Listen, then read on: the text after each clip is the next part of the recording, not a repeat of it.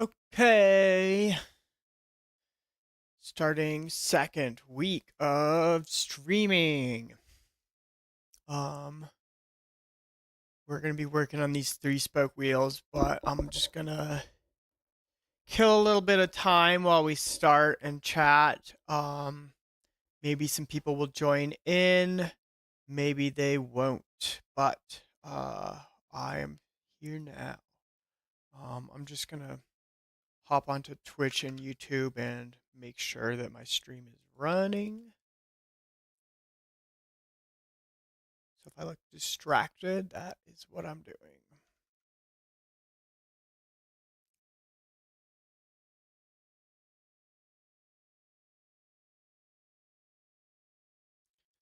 Let me put a thumbnail on this video.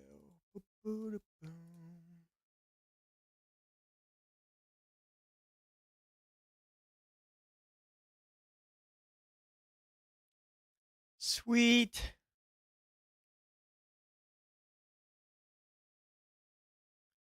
We are live. Okay.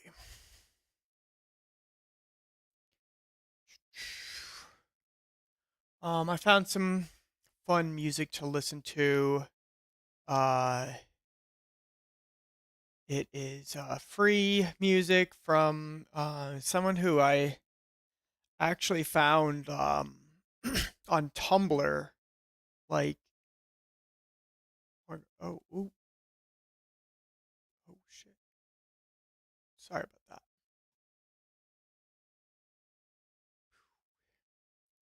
that. Okay, sorry, I was checking the stream and left the volume on one of them.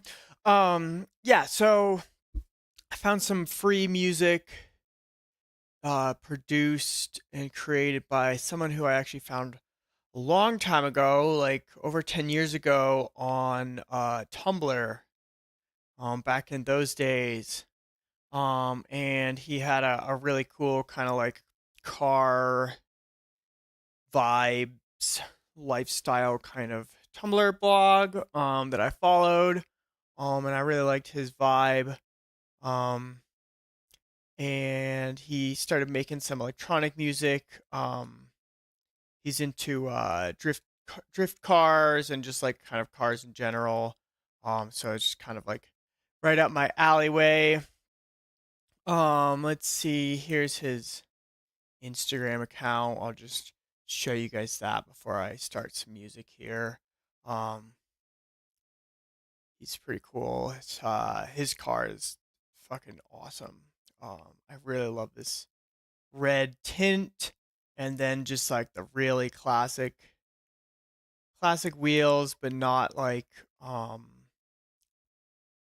not too overused. They're Panasport G7s, I think is what it's called. It's like a classic five spoke, but with some kind of shape to them. Um, and then he just got some fun kind of retro-ish Panasport GTs, maybe. That's what I wanted to say G7, but maybe it's GT. Probably Panasport GT. That makes better sense. Panasport G. Oh, G7. Sorry, G7.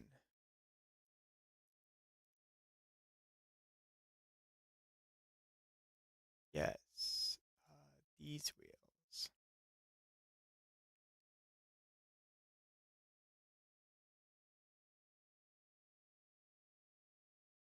Okay, so I was right at the beginning. Panasport G7. That's what you get for doubting yourself. Yeah, really classic style wheel. Not super complicated, but pretty cool. He also does some really fun like pixel art, which I feel like is at this point kind of like a forgotten art. Back in the day, people would use them for like forum signatures. If anyone was a part of like the forum days back in the day, people would make like pixel art or pixel cars for their forum signatures. So that's pretty sweet. Um, yeah, some pretty cool and like it's definitely not something I don't know how to do that. But it's a pretty cool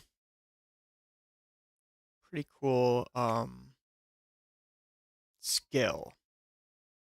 It's like creating a whole feeling with like very few colors, very few pixels. Um, pretty sweet. Um,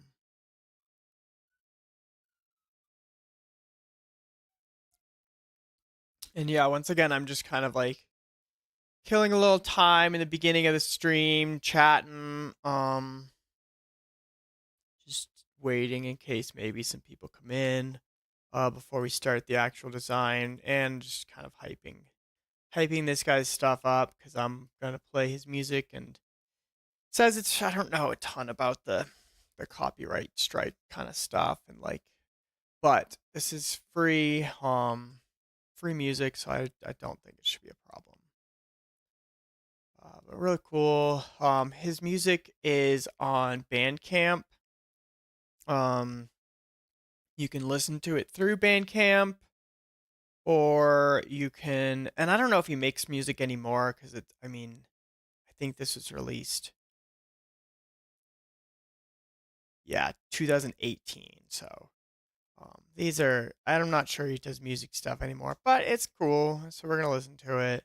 And you can download his music for free, or pay him some money. It's like one of those kind of like pay what you want type things. If you pay $1 or more, you can like stream it through the Bandcamp platform, or if you just pay zero, you can oh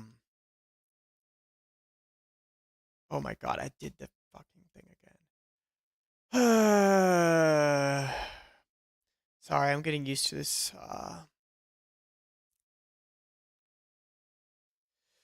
all right. Yep. I'm getting used to the switching between the scenes in OBS, so I was showing you guys stuff behind my camera again. One day I'll learn. One day, I'll just bring it back up.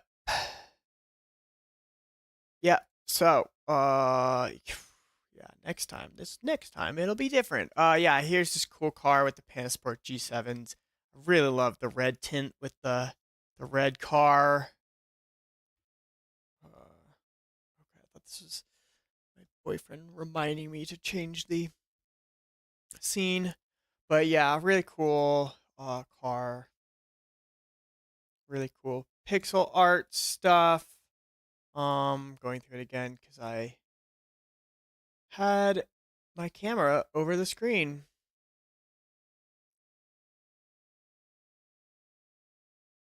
Yeah, and like the pic I don't know how you learn how to do the pixel art stuff because like it just seems so difficult to create like the 3D shading and stuff uh with just pixels. Um but really impressive to me.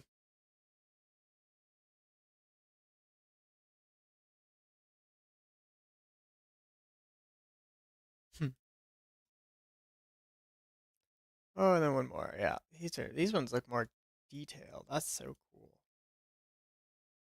Yeah, like yeah, I don't know how this works, but it's pretty awesome. I'm gonna make some Japanese curry soon. That looks delicious, delicious and pixely. Yeah, really impressive. I have no clue how you even get into doing that. I guess you just kind of start making stuff and see how it looks. Yeah, once again, oh yeah, let me just go back to that just to so Future Boy 3L on Instagram. Um and then on Bandcamp it is 999k.bandcamp.com. And we're gonna play some of that while we work today. And I'm gonna use good old Winamp since it matches my my stream overlay.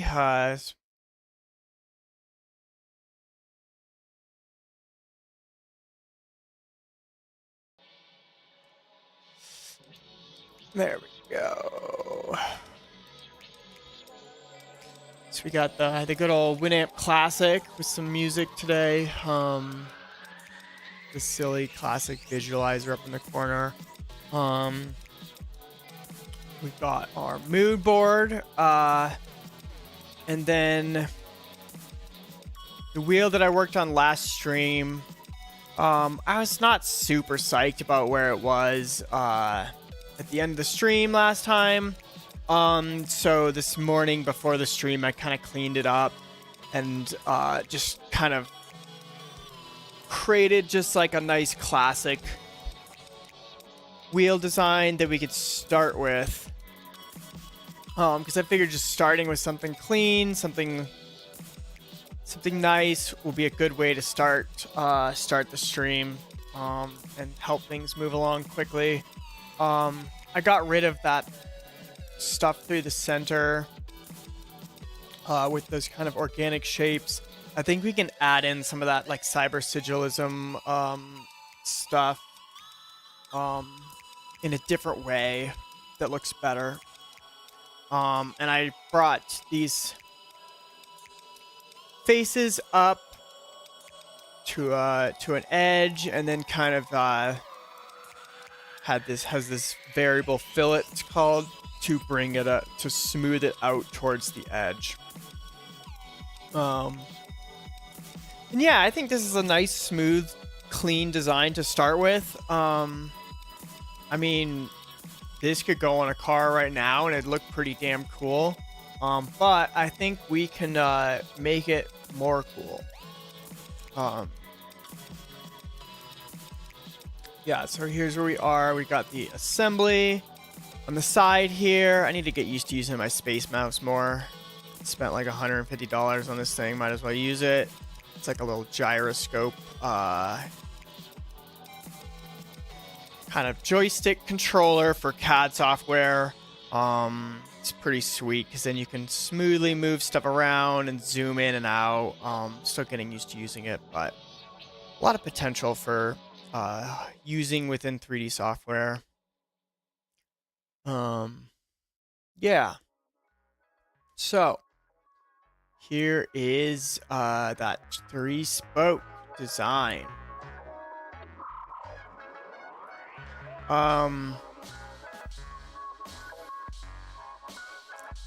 It is pretty sweet how it is, but I want to do something more kind of like out in these areas where the spoke meets that outer bolt circle, to kind of spice it up a bit and maybe add some of that cyber sigillism in there. I've got just like kind of a sketch of an idea that popped in my head. What I want to do is bring this kind of so it angles up more and then kind of cut the top off so that it should make a kind of triangular shape around the edge, or like right here where this spoke meets the edge there. And then within that triangle, I think I can add some fun stuff. I'm gonna pour some coffee for myself. Let's see if I spill it everywhere this time. Damn, that's actually great job.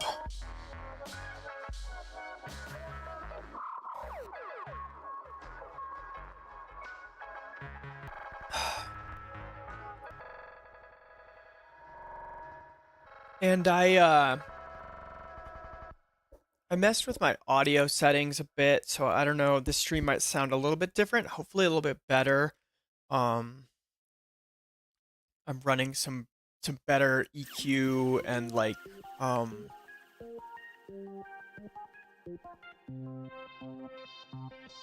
kind of filters for the voice. So hopefully my voice sounds a bit better and clearer. And I'm trying to get it so the music is at a good volume always. Hopefully this is a good volume. I guess we'll see at the end of the stream. Yes. Work.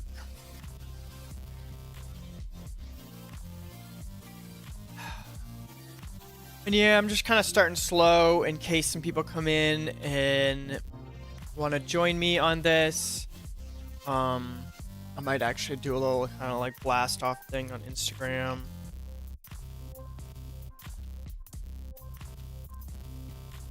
Just in case anyone wants to join.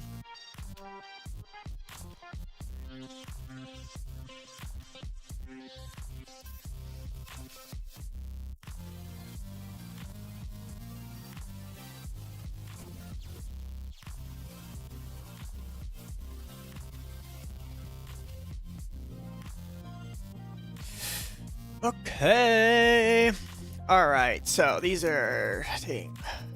Sometimes I get to a point where I'm like, "Ooh, that looks really nice," and then like my brain is just like a lazy bird brain in the back is like, "It's done. You don't have to do anything more."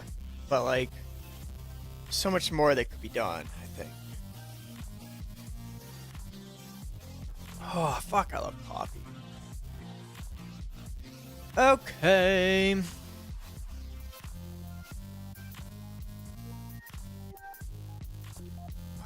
Come back and kind of see, remind myself how all this is made.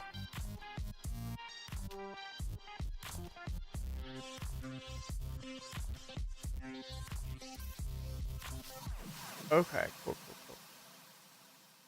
This can be kind of complicated to lift the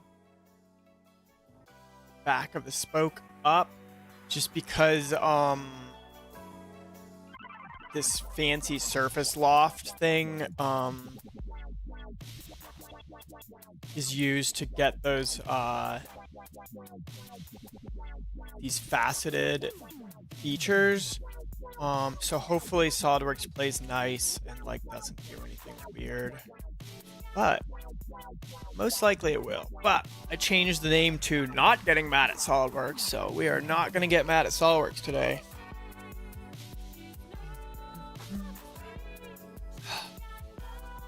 I think first what I'm going to do is I'm going to add some constraints to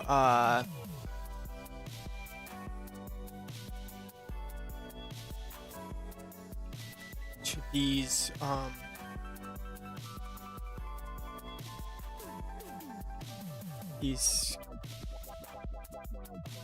sketches. So I kind of like, so hopefully when I bring the spoke up, maybe this will come with it, but honestly I doubt it. I think it's probably just gonna explode and I'm gonna have to redo stuff, but we will find out.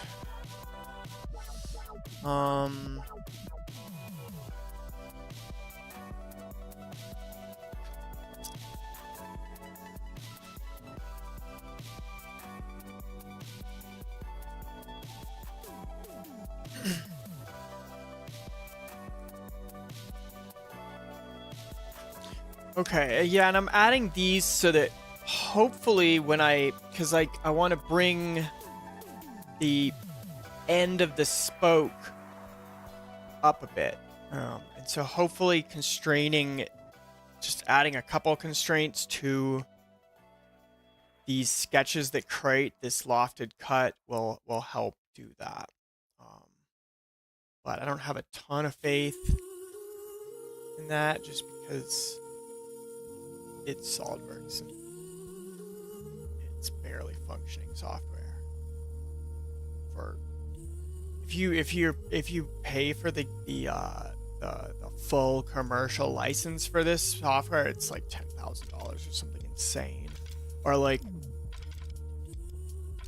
a couple thousand a year, something comical, but they do have like a maker's license for if you're doing stuff for yourself or you're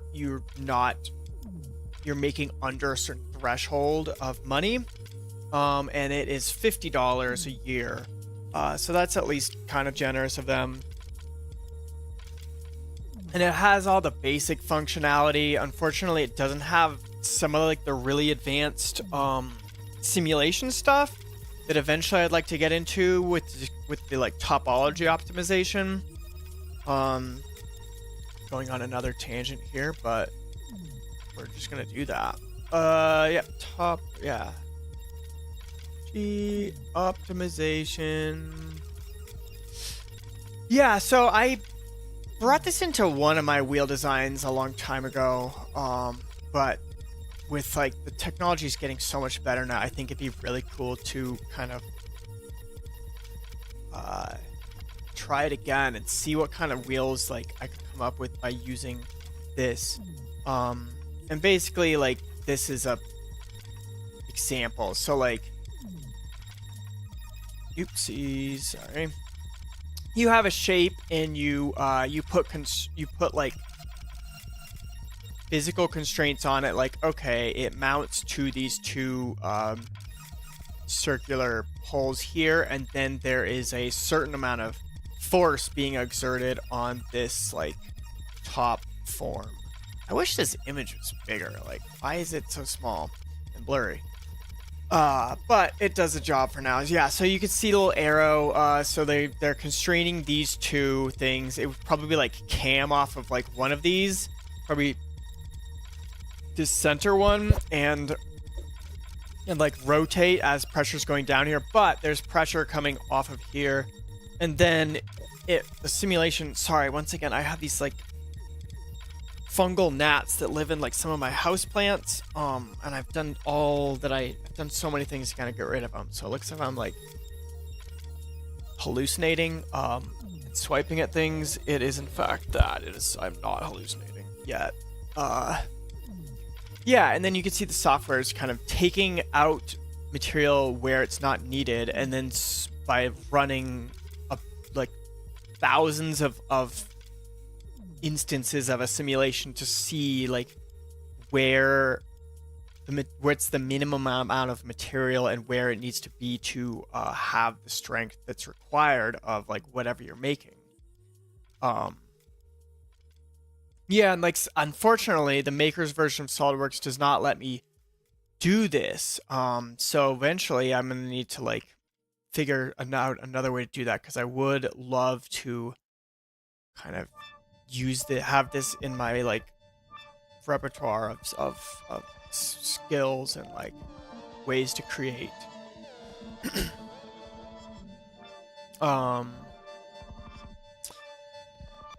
Wow, that was a whole tangent. Okay, bringing the thingy up.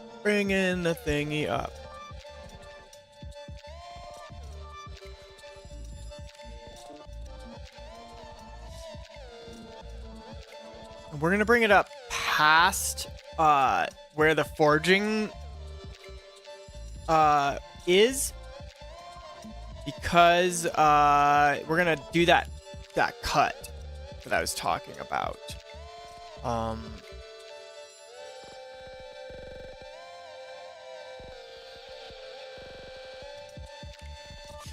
Okay, what's the distance between?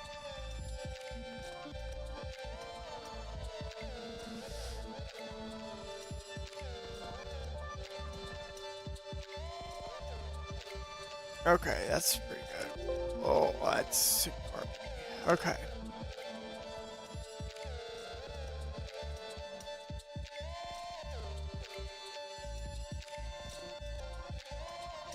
Okay, so that's an inch.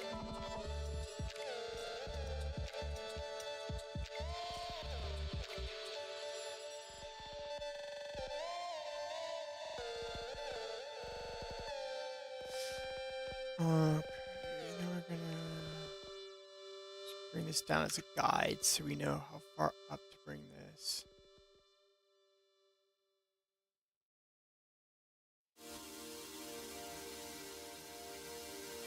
Alright. And now is when everything breaks.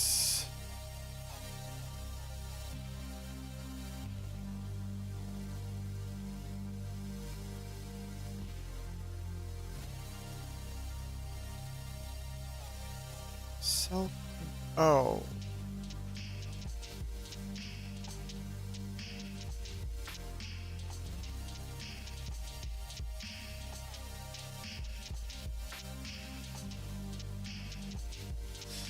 Just mad that I left that line in there. It wants attention. Okay.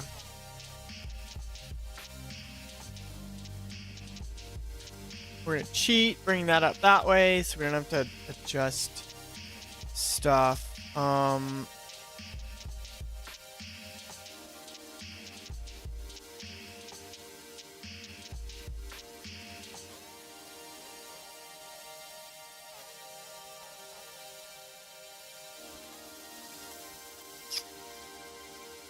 Alright. Okay. So it looks like I added that constraint, but it just fucking ignored it. Awesome.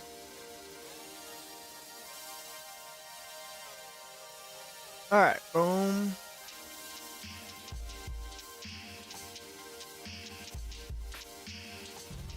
This one worked. Okay.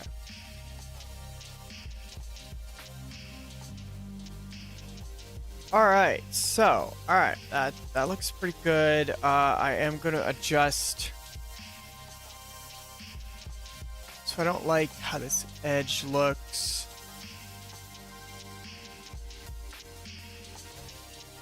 Let's see, what we do is adjust this bottom curve here.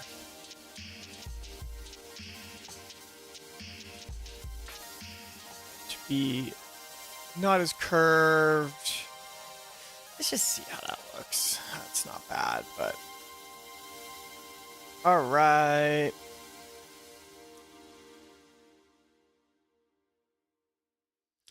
Okay, pause for 1 second.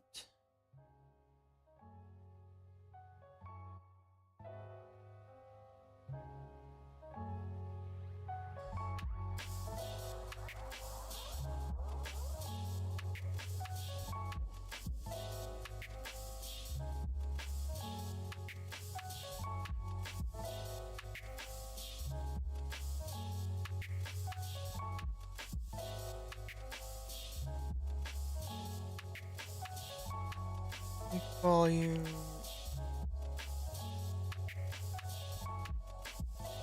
Sorry, I'm just getting my boyfriend to check and tell me know what the music volume is like for the background.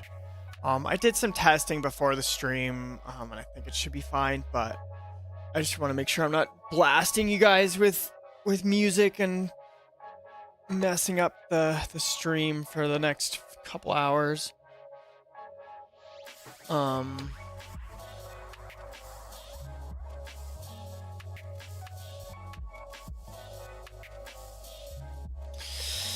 Okay, so that was less painful than I thought it was going to be, getting that thing to adjust. And it looks like it didn't break anything else. Let's just see if anything broke. Boom. Okay, that's pretty sweet. And I kind of like how it comes into like a little kind of edge there. I might... This is just getting picky, but I'm not sure I like this kind of like wave right here. But we'll kind of fine tune it later, possibly.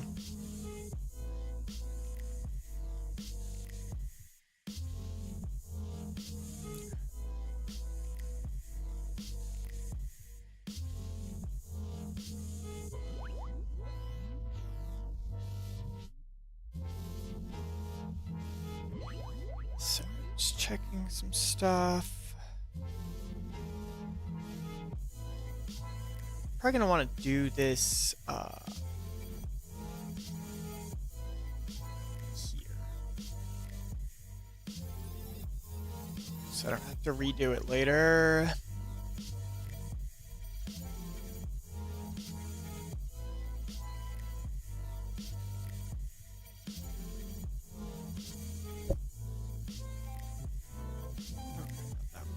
Okay, so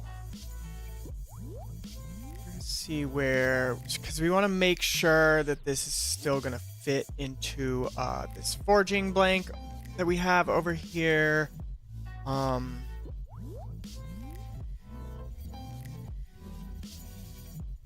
then we're gonna cut, and I don't know how this is gonna look, but I'm excited to see.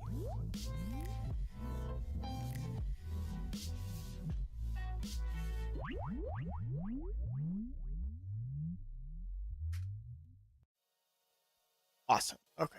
Yeah, so that's kind of exactly what I was hoping it would do. Is create a little triangle. I kind of want that bigger though, because I'm hoping to put some kind of feature inside of this triangle.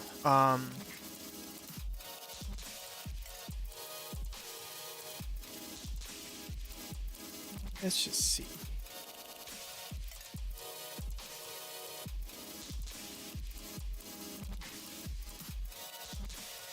Hey there. Thanks for joining.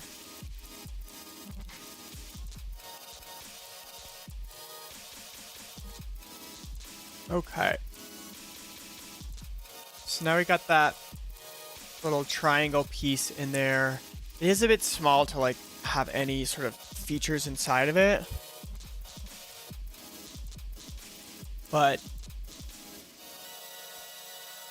I kind of just want to see what it looks like before moving further.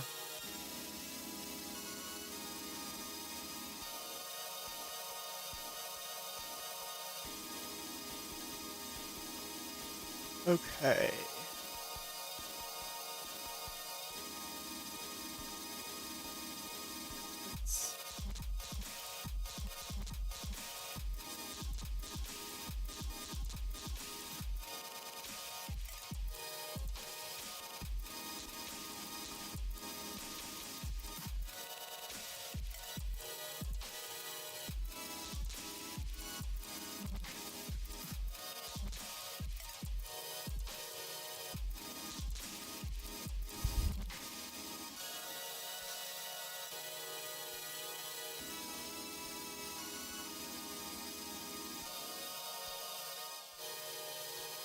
Now let's add a feature.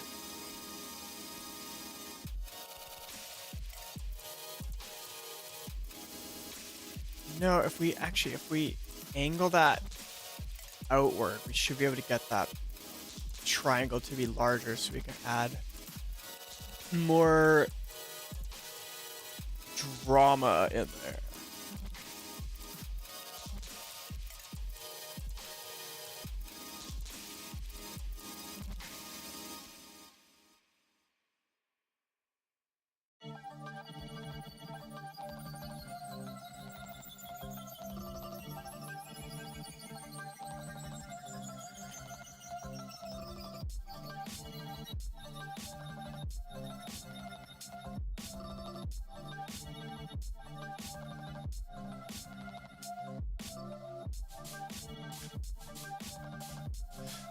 And if you're just joining us now, I am designing a set of 3-spoke wheels for my friend on Instagram, who's had a couple of my wheels on his car in the past.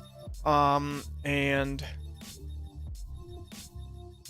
he wants to have a 3 different sets of wheels to be able to sell to people, just to provide the wheel industry with some more kind of interesting creative designs, since as usual most of them are kind of the same basic designs. Yeah, that looks pretty sweet actually.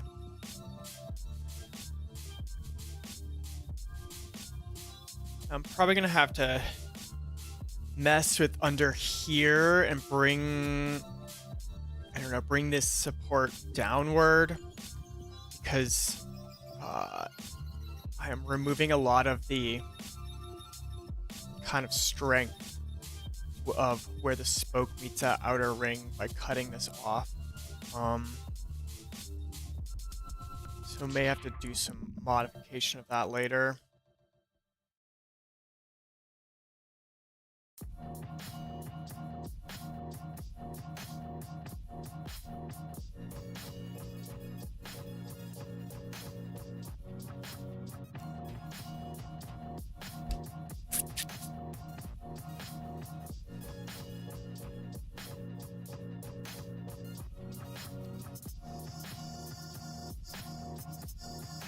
Thanks, Solidworks.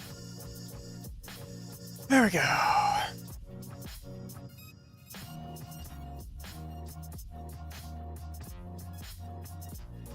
Something weird happening with this, possibly. No, okay. I don't know why that's not filling in, to be honest.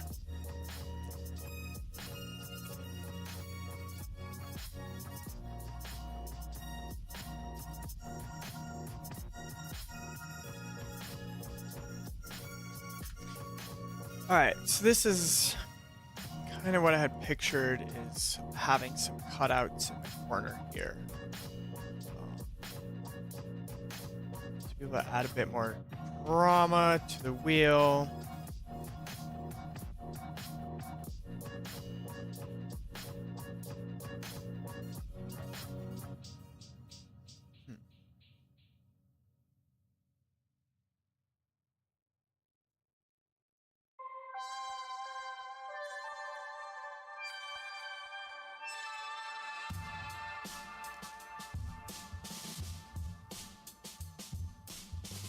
There we go.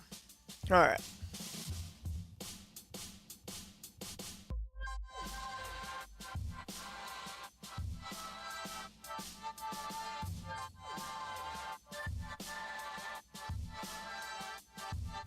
I do this. Let's bring that in a bit so that. So again, I don't really like any of the edges, like the vertical edges, to be like 100% vertical. It's nice to just have everything have a bit of angle to it, because it just looks better, and because you can see from the front, like you can now see this edge because it's kind of pulled it down, versus before.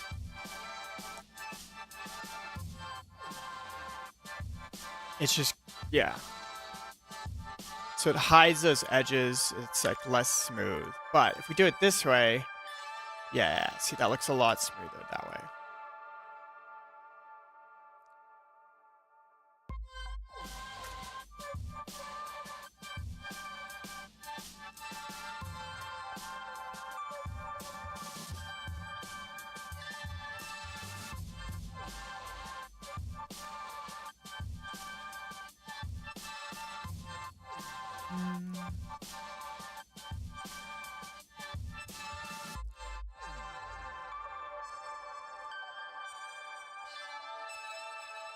And I try to work with like kind of nominal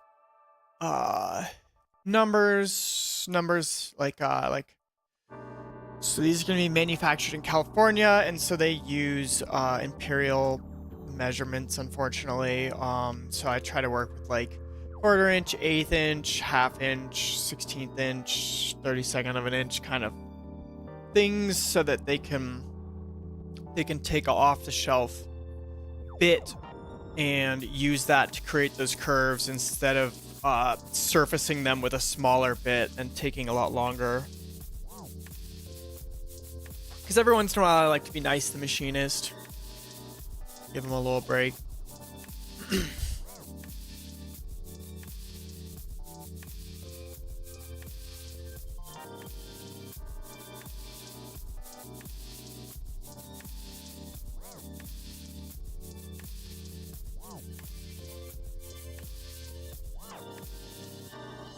Remember.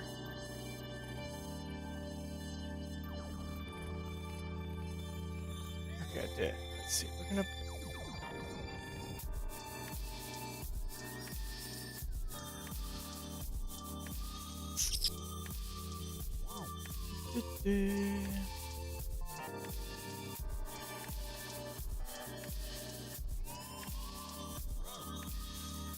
Alright.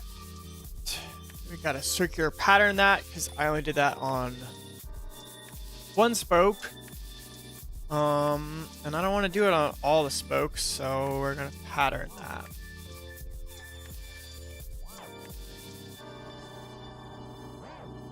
I kind of want to like blend this a bit.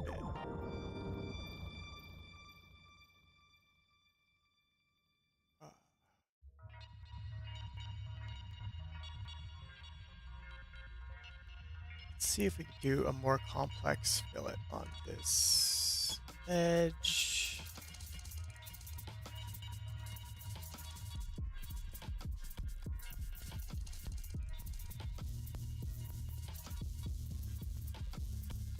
So this is called a multi-radius or variable radius fillet. And it allows you to kind of create these like gradually changing curves, which can be fun.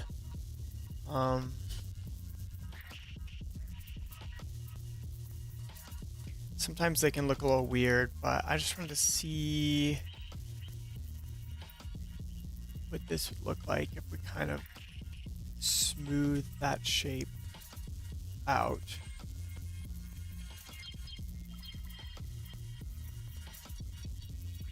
And sometimes I'll go into the shaded view just to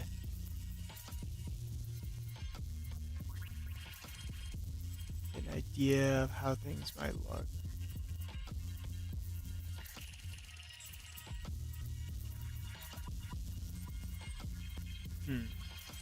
I don't really like that, to be honest.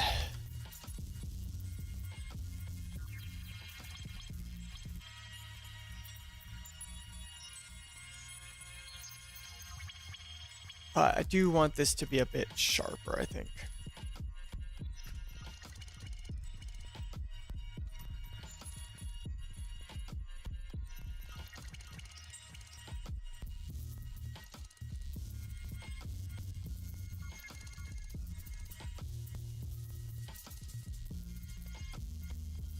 This is where another one where I was experimenting with maybe using a variable radius fillet, just to kind of make it more complex looking. Try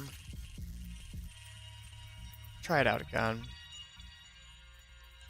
Because I want to match this radius right here with the curve here, possibly. But also have like a sharp point over here.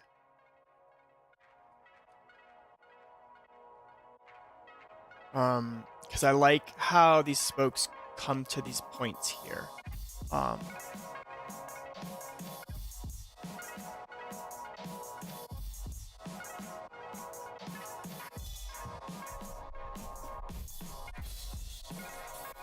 Yeah, see, then that makes this kind of form on the top here look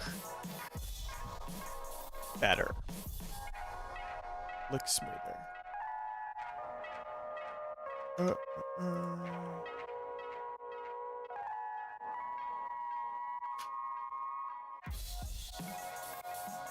There we go.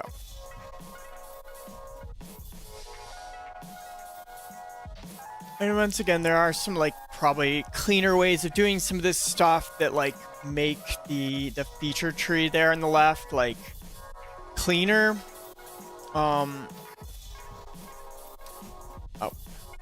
Sometimes it just won't do things. But yeah, there's ways of doing, like, there's probably ways of doing this stuff in a lot cleaner way. In terms of just like keeping that feature tree there on the left, like simple and easy. But since this is like more of like a art project than a design project, I kind of just like let things go with the flow, and then later down the line, if things need to be like cleaned up to make it easier to work on, I can do that then.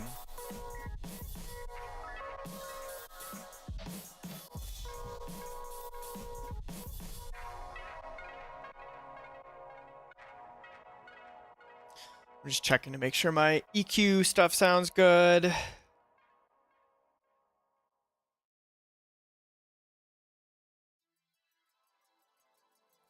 Cool.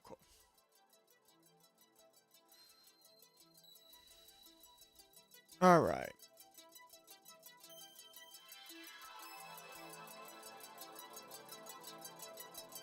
I always love these like Winamp visualizers.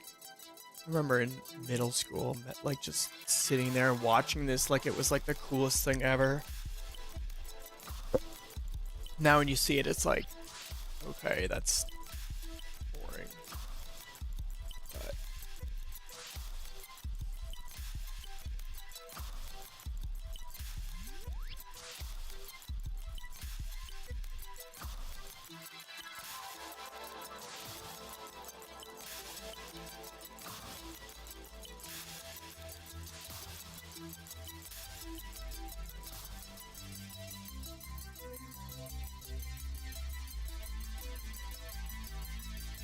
okay.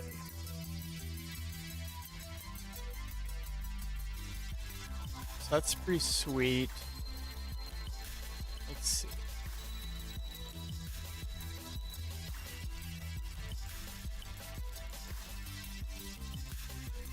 Sometimes I like to go back to the assembly file, because this one I have set so that there is like perspective on. You can see without the perspective, like it almost makes it look like this back part of the wheel is bigger than the front. But that's just because like if you're used to seeing it like in like the normal perspective that your eyes create. So like it looks a lot more natural that way.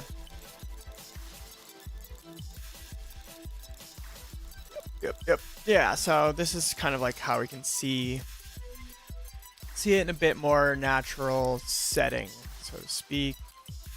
And then let's see.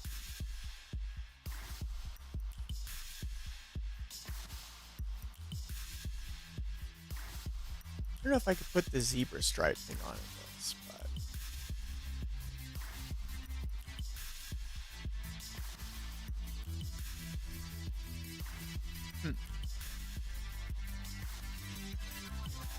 looks pretty dang good. Another way to kind of evaluate stuff is this zebra stripe thing. And it looks really weird, but it helps you see like transitions and curves. To see if like there's like kind of lumpy, gross transitions. So like mainly what I'd be looking for is like where this outer ring blends into the spoke, and seeing if these lines get like weird and wobbly right around here. But it's looking pretty good.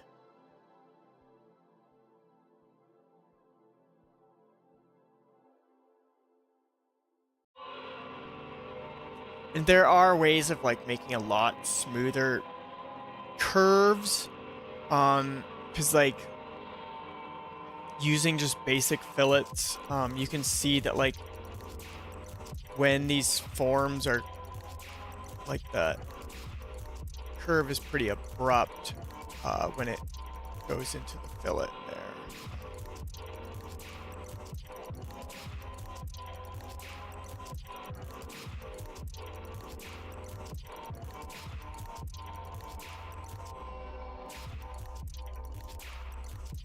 That is pretty sweet. So we're gonna save this. I'm gonna create a new thing.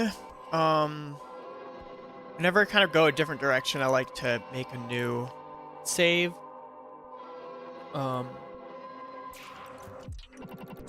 It's obviously working really well here. Hopefully it doesn't crash. There we go. I've had one time I had Solidworks crash in the middle of saving and it just corrupted the whole file and I had to start over. So every once in a while I'm like, are we about to have an incident?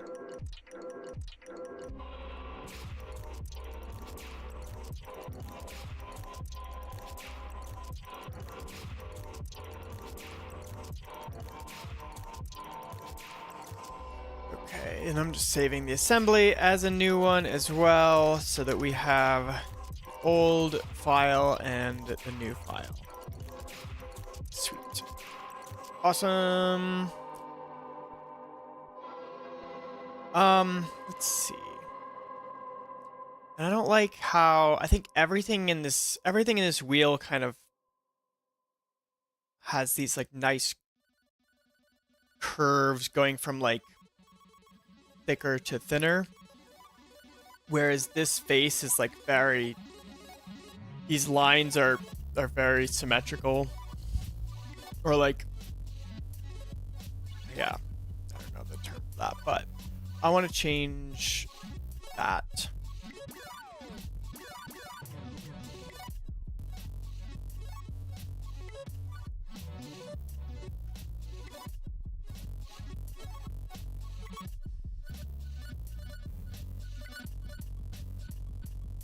Just gonna add a center line right here because I'm about to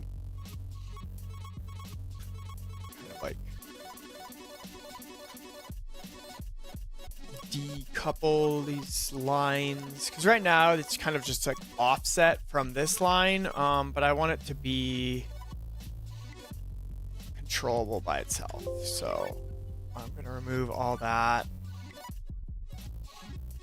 But I like where this bottom one is. This height is fine for this. Yes. So now we can drag this out and create a bit of that like kind of thick to thin vibe with this shape as well.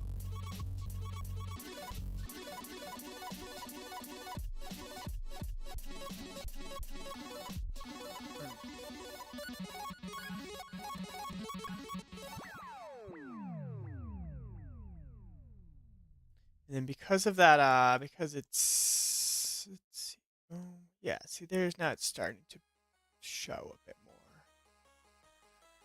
A bit more, I think.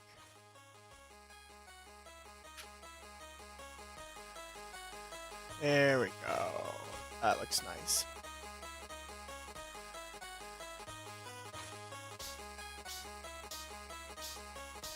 Yeah, see, that's so much better. It has this nice flowing shape instead of being like linear. I guess linear is maybe the term I was looking for that it used to be. But yeah, this looks a lot better for sure.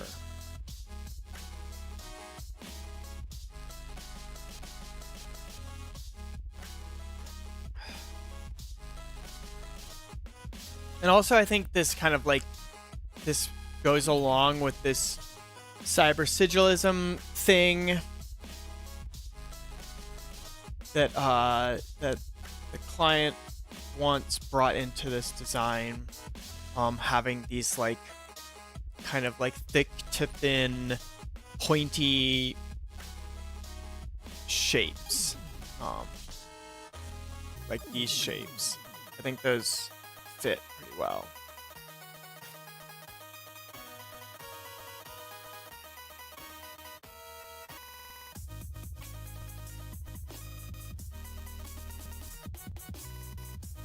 Okay. Save, because I think that's pretty cool right there.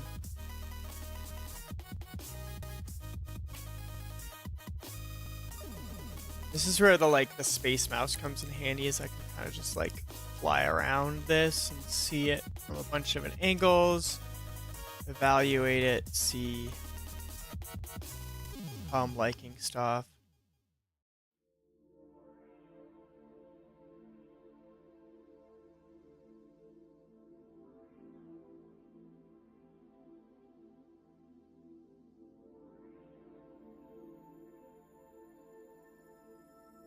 Eventually, I do want to add something more interesting in this center area. I don't want to get too crazy with it like the last design, though. So I think with this design, it's all about having this like nice, subtle, flowing shape with like some points, some thorns, if you will.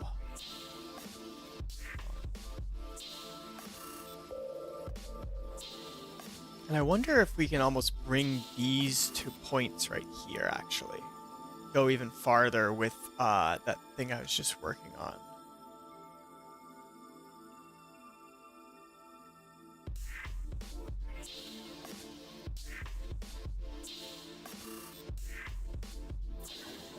Okay, so that is cut, extrude, 10.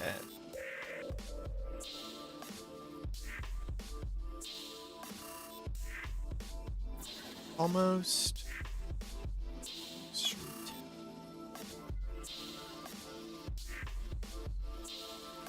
Just kind of nudging it because I don't want to go too far. There we go. See, now we get that going to that point. Or almost a point.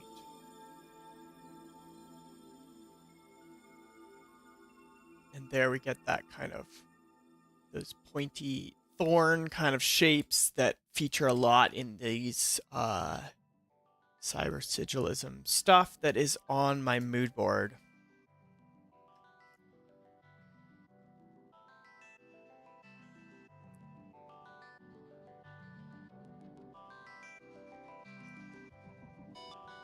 Sorry, hopefully you guys can't hear me like swallowing coffee. That'd be gross.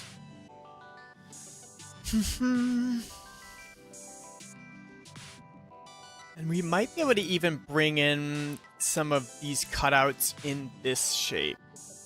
Might end up being too much, but I am curious about that.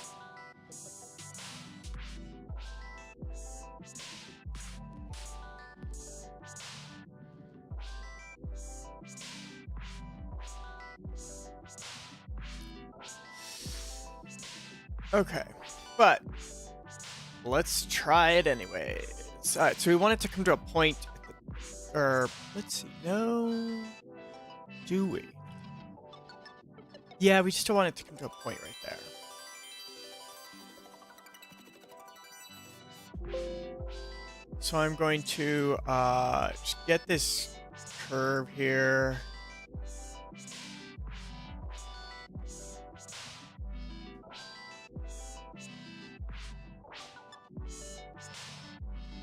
Put a center line in so that we can later mirror that.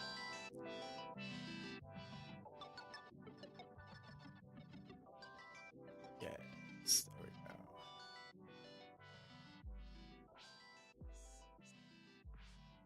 go. Okay.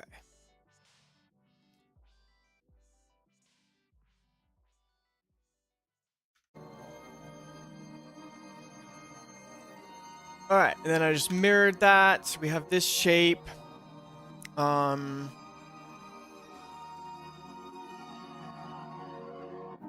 we're going to cut through. And let's see.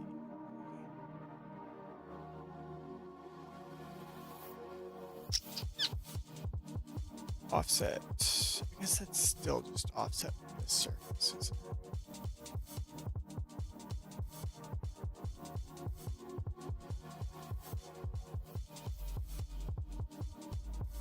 Okay, we don't want to go that close to that, the lug holes, because we want the lug holes to have some kind of breathing room, since, again, it's like 5 lug holes and 3 spokes, and so, like, it's a little fucky.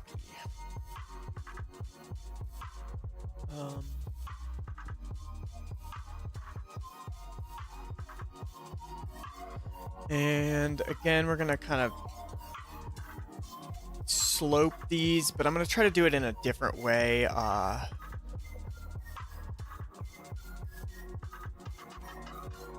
15 degrees again.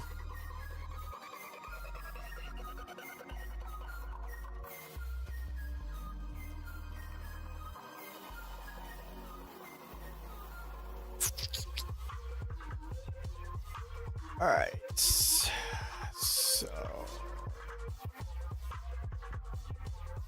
this is where you kind of have to just guess at some stuff.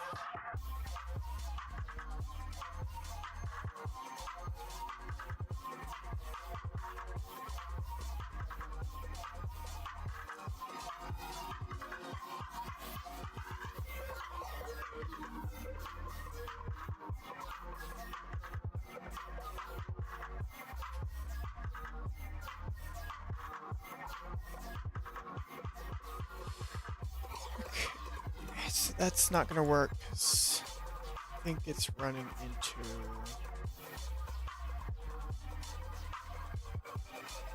Oh, that's beautiful.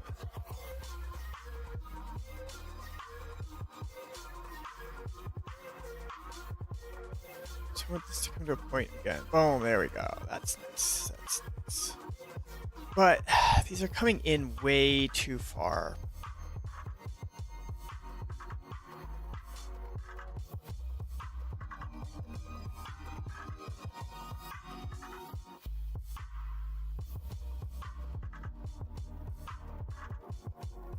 You know, I lied. We're gonna do this the same way we did before.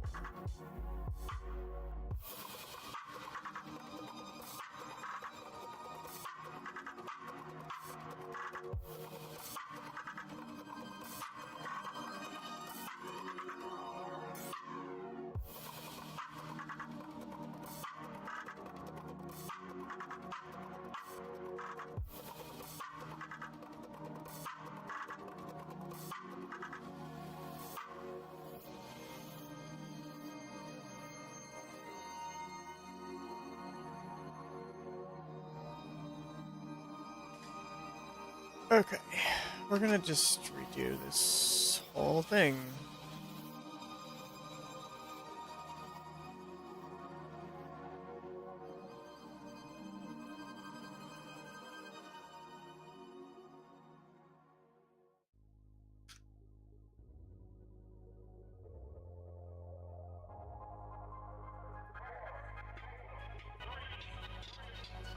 Alright.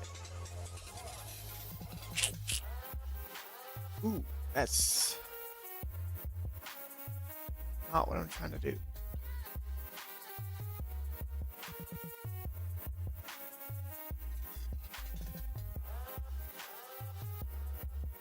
See, already I'm not sure if this is gonna be what I want, but I do want to kind of continue and see where this goes. There we go. But once we add, let's see.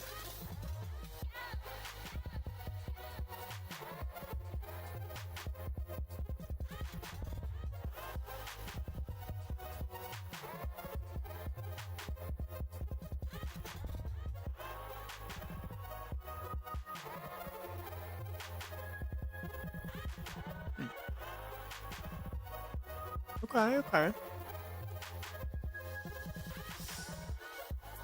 Kind of like where this is going here.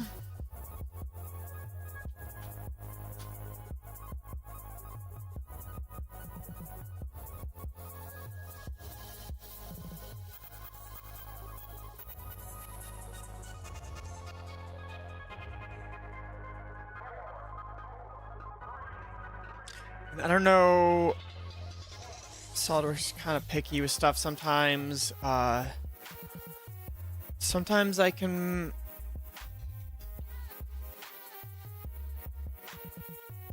circular pattern everything at once. Ooh, look at that. I can. Yeah, sometimes it just won't let you do circular pattern a bunch of like different types of features. And sometimes it will. It's kind of just, you never know. And see here we got that kind of weird shape. So I might turn this into a variable fillet so that this kind of goes to that point still.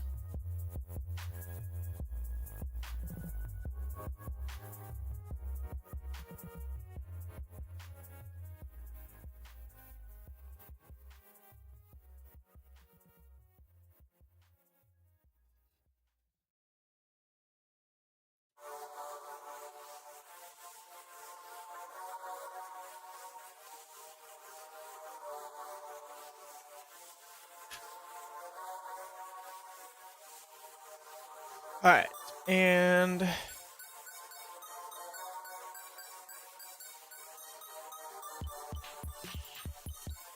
boom. Okay, cool. That looks pretty good. Let's see if everything works good. Yeah, see, I like that goes to like a point right there. I think that's gonna be like one of the coolest parts of the wheel. So yeah, we have these like points at like where things terminate. And I think that will kind of reflect this vibe really well. And I haven't actually listened to any of this stuff before, but I was looking through my Bandcamp and saw one of my old albums I had bought from this guy like way back in like 2012 or something, and wanted to see what his new stuff is, and turns out he has a bunch of cool free music. So yeah, I'm listening to 3LL again. He's on Bandcamp. A bunch of free music. Bandcamp 999k.bandcamp.com. Bunch of cool little albums. All these were done like 8 to 15 years ago, but still kind of fun. Using the classic Winamp player to play music. Anyone is from like the early internet days, you'll recognize that. I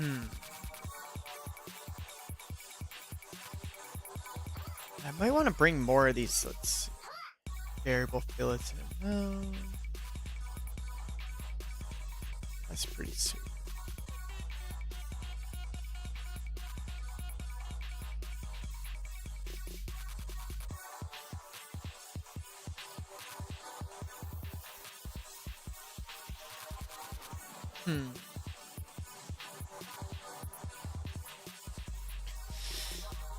Oh, sweet. We got our first spam comment. That's awesome.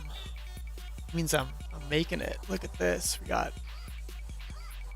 someone selling viewers from Russia. Awesome.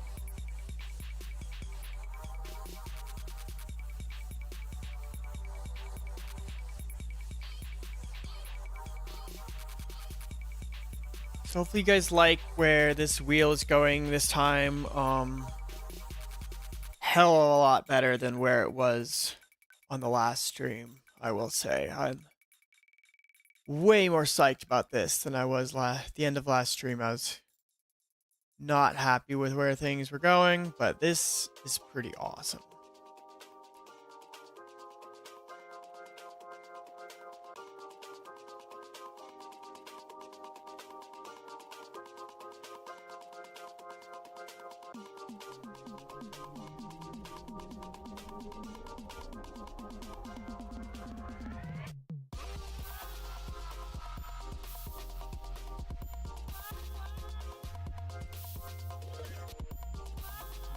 I do want to bring in some of those, like, I feel like, let me look at my sketch.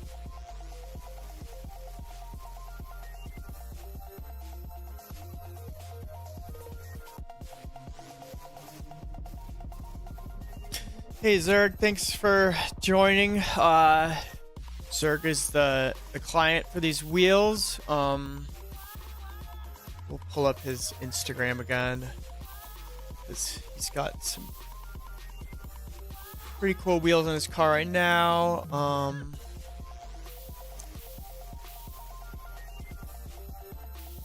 So this is the person I'm designing these wheels for. Right now he's got a set of wheels that I did that have these dagger-shaped spokes. And he's big on supporting creatives and showing off their work. You can see he's got some fun graphics designed by friends and stuff. And then he's got a lot of craftspeople creating things for his car, and then he's also creating a lot of stuff for his own car. Very creative and driven person himself. Really awesome car. Let's see if I can find cool video. Car.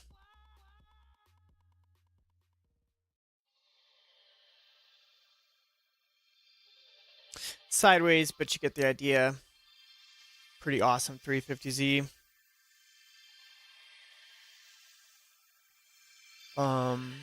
So it's awesome to have him joining in on the stream every once in a while to check out the progress on the wheels. Yeah. Kind of want to add like a little kind of rib piece in here. And maybe it could also like come into this bottom section possibly, but definitely in this outer section.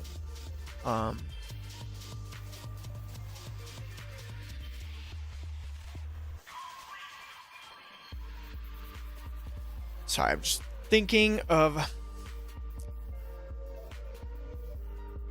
how I want to go about doing this. It's hard to like think and talk at the same time. I'm not a multitasker.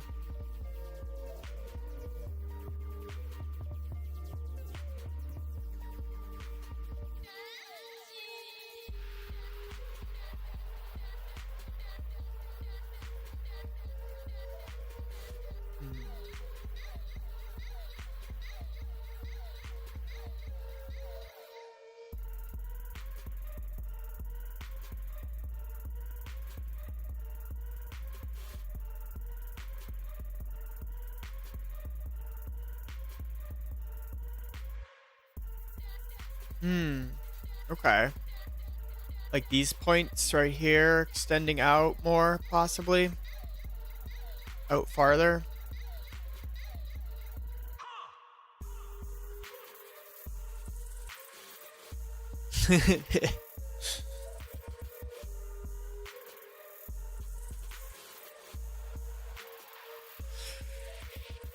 Yes, always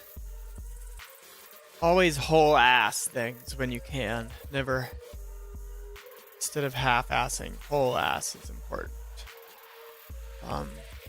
Yeah, also Zerg is in the chat giving me some suggestions of bringing these points out possibly, which I am interested in trying out, but that kind of brought me a suggestion, or brought me an idea of like bringing like a center point out here in the center that comes out past this. So let me try that and see what happens.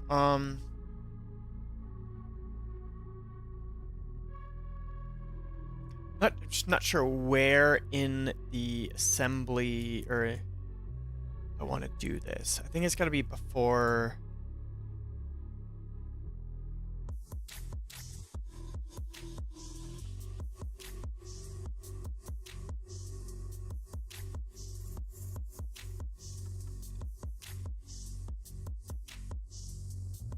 Right about there, probably.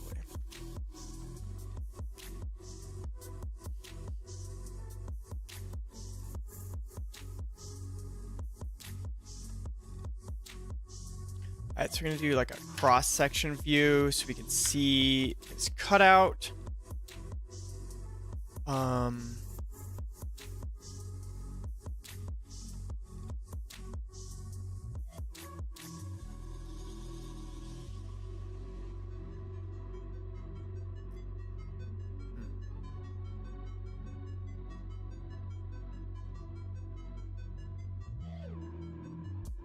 And I always like to work in like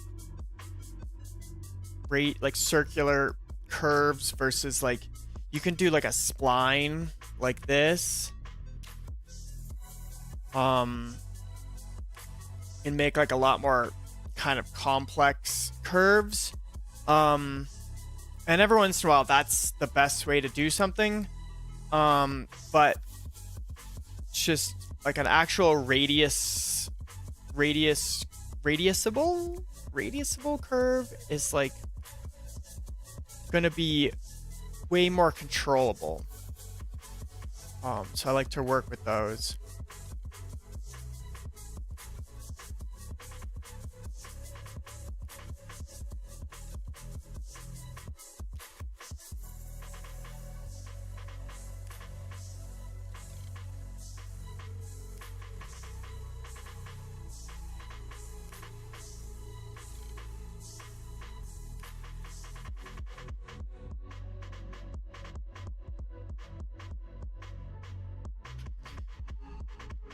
Okay, now let's see.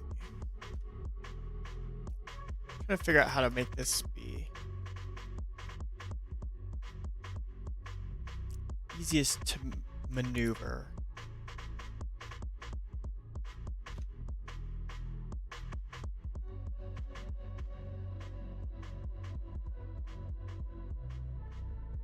There we go.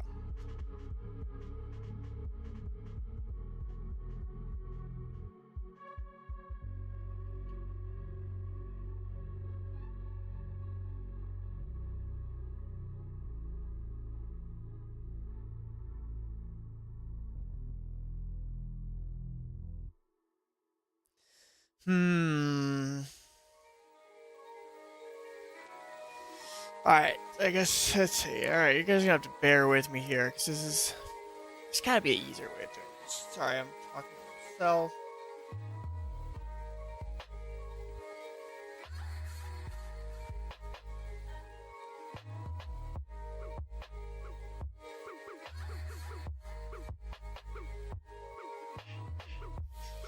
Okay.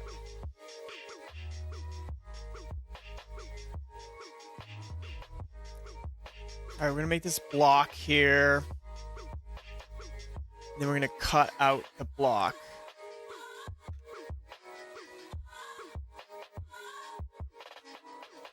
Again, using a radius, albeit a very small radius.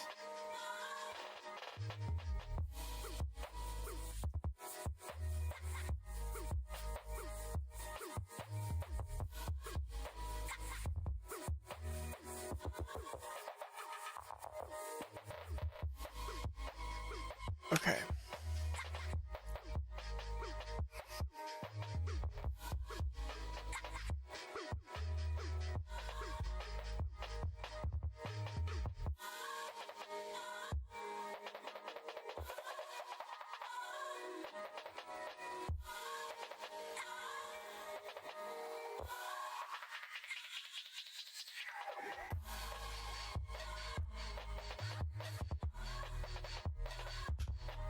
Alright. It's a lot of steps to do something.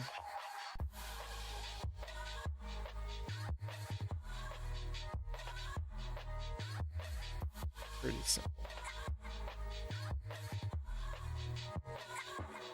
What the fuck? Okay.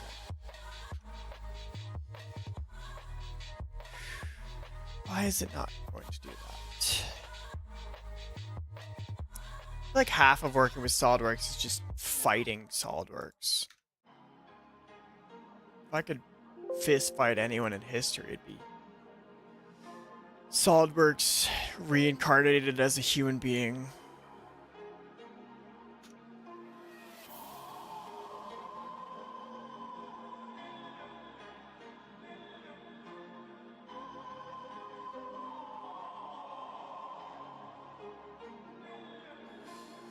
Okay, extrude cut.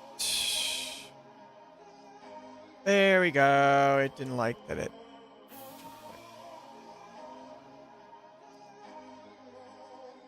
Okay. Yes.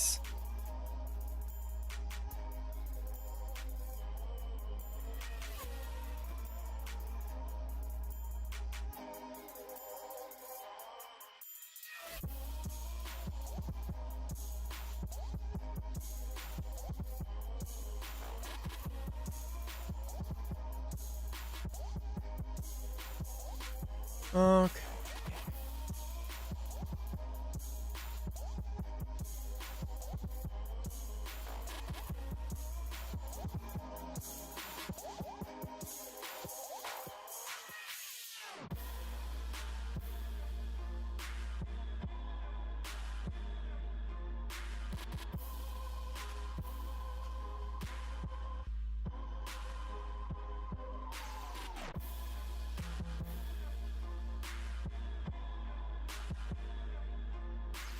That's pretty sweet. Okay. How far up can we put that point?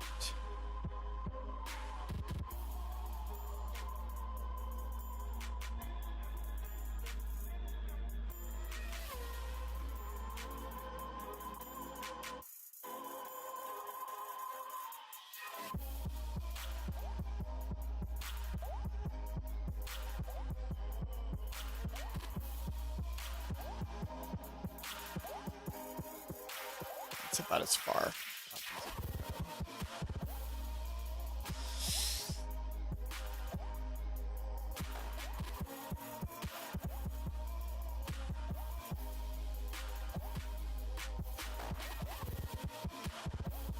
And again, we can't make it go to like a point, like sharp, out sharp, but we can make it go to like a visual point.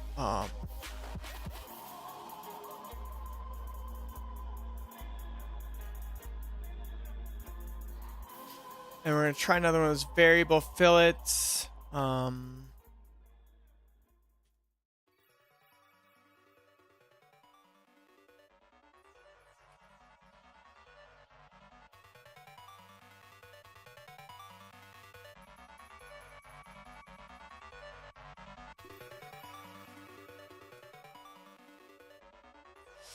Sweet! It actually worked. Yeah. Oh, I do love this song. I remember this from way back in the day.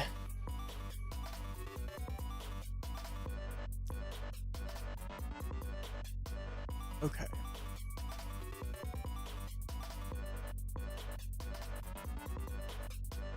Nope, too much.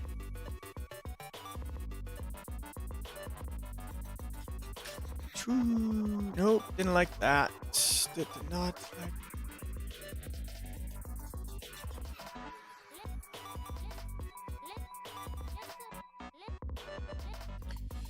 Specify value for at least one vertex of each chain.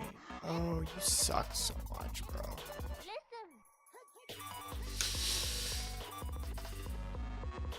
These variable fillets are obnoxious sometimes.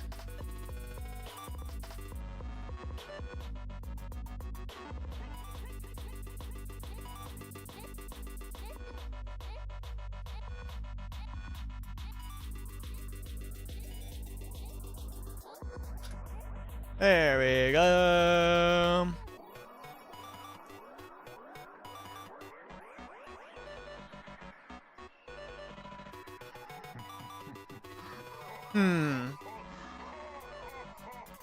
Yeah, I guess things can kind of come to points, but especially with like a little tiny shape like this, like if it comes to a point, like it could get like knocked during any of the polishing or coating phases or stuff, and so like they're not gonna want to do super sharp things, but all right, let's see what this looks like. A little bit worried about this poking through here for some reason. I don't know what that's about. Okay.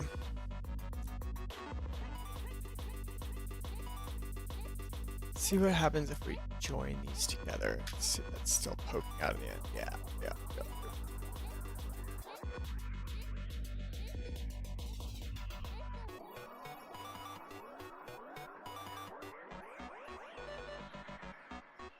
Okay.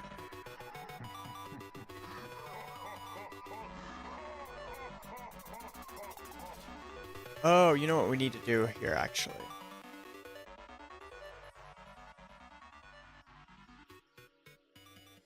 Alright, we're gonna have to redo this, unfortunately. Okay. So in order to make sure that this follows the outer shape here, we're going to do a revolve.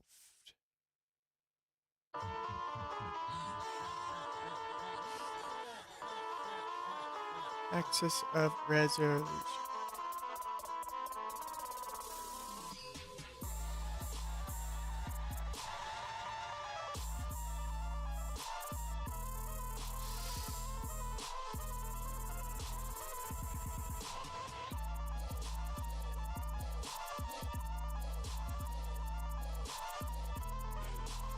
Alright, see now the shape will oh,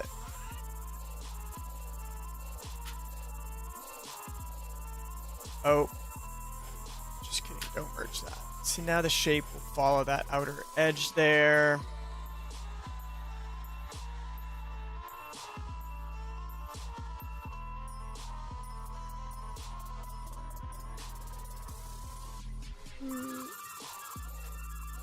There we go. And it's sad, so I deleted a thing.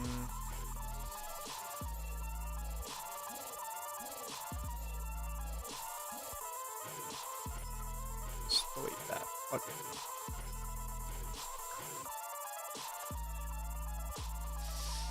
And it has no idea where any of these things are again, because I deleted it and did a new thing, so I just have to like reassign all this stuff. Unfortunately.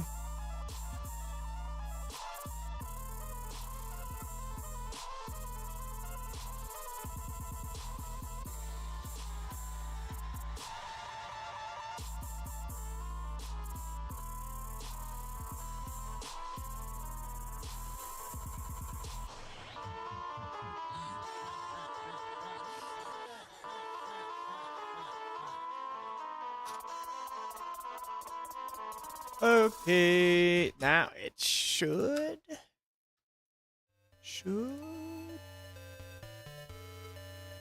Yeah, see now this disappears fully into this outer shape there.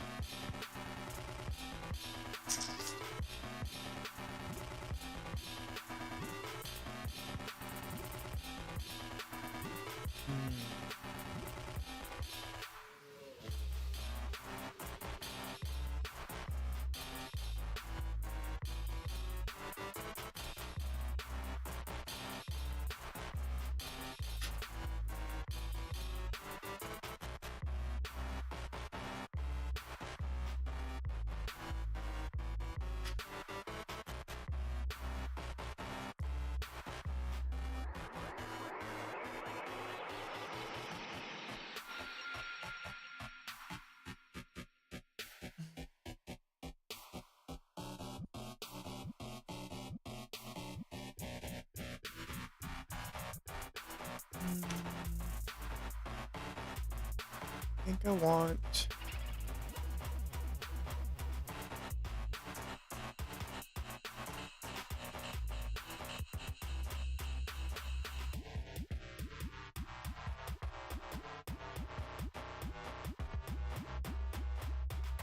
That is obnoxious.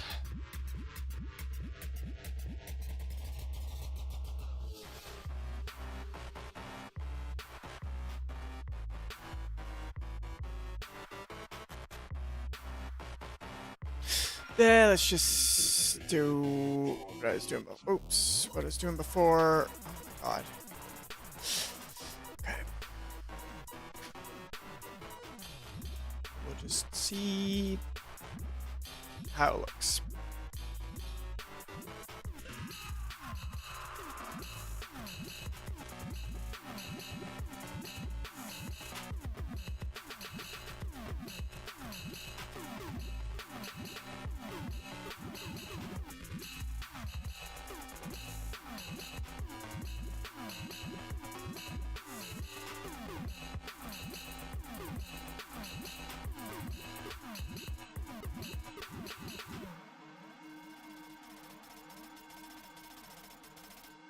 I don't know how I want these to blend in. I guess that's just how it's gonna have to.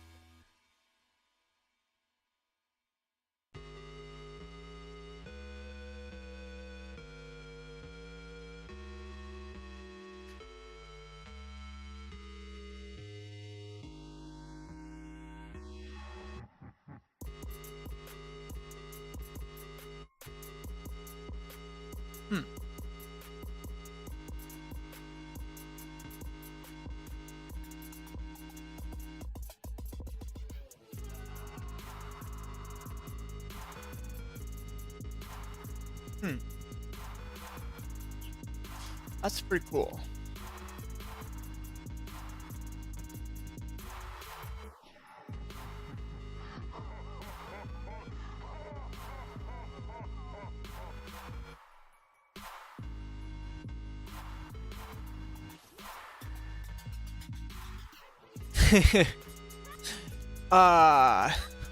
Yeah, sorry, I'm trying to think of what you mean.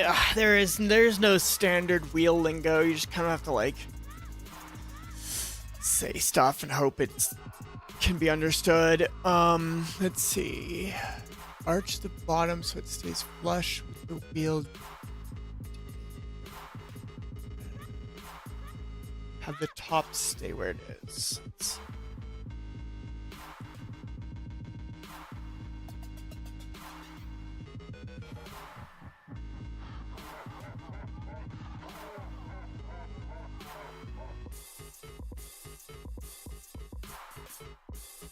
At some point, maybe I'll just get you on the stream so you can like point at stuff. I don't know how that would work, but yeah, it's always hard to like explain wheel related stuff. Just because there is no like standard for the piece that I was just. Let's see. Arch. Okay, let me look. Bring it up here. Okay, so when you're saying the top, do you mean up here? And then when you're saying the bottom, do you mean down here?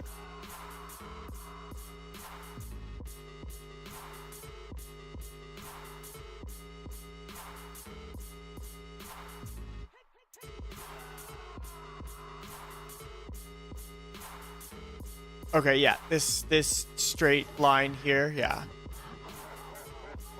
Yes. So it kind of has that hook shape. Cool. Yeah, I could definitely do that. Yeah, because I don't really like how this is just kind of like blends into that. So I think that's also, I also think that's a good idea.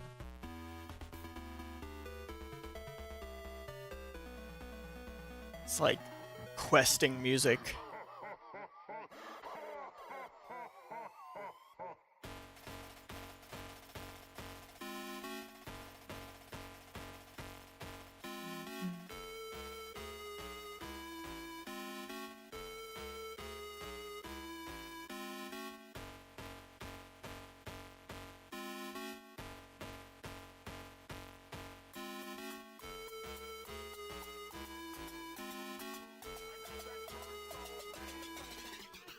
Okay, so I'm gonna convert these ones.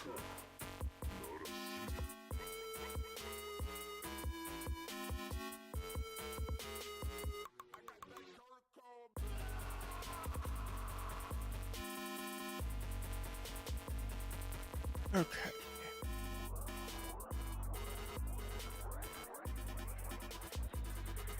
Oh. What?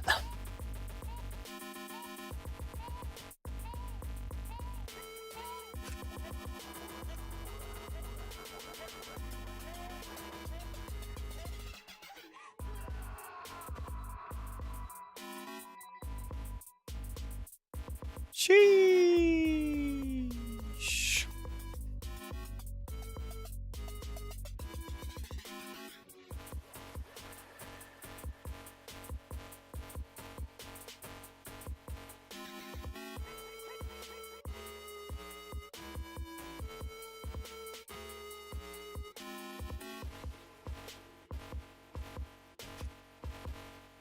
see. That fucks it up. That's too blobbish. Blobbish is technical term. There we go. Now that's a good shape.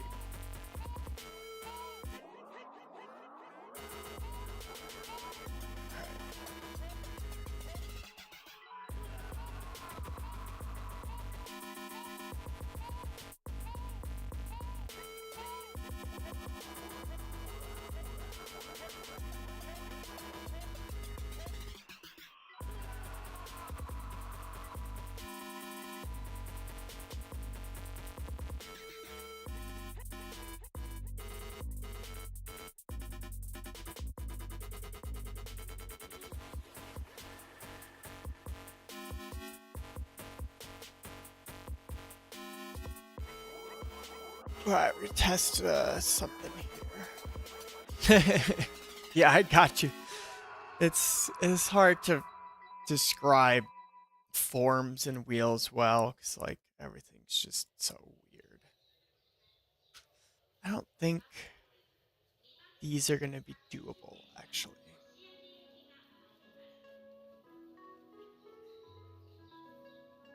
I don't think that's manufacturable, because that's like a pretty big undercut there.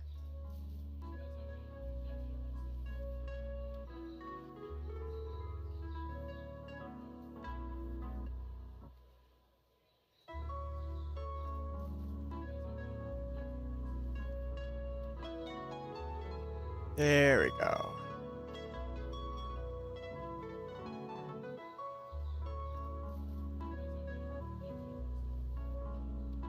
I think... Alright, let's just try something out here.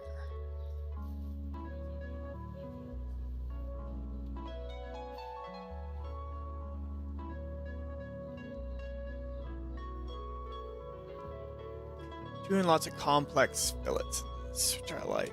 It's fun.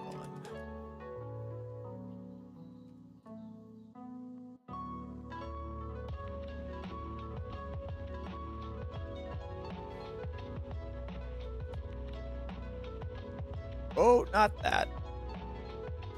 God. Just kidding. Alright, start over.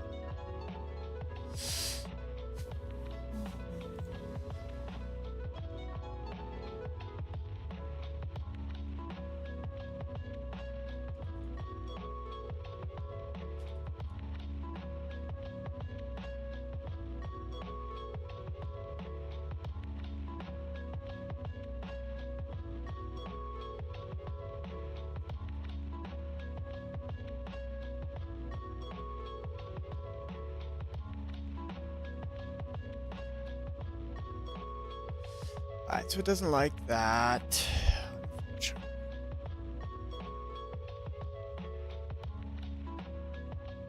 Oh.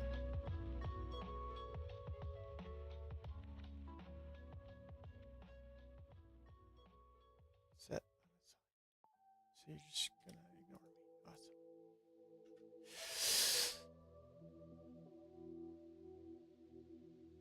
It's so obnoxious sometimes.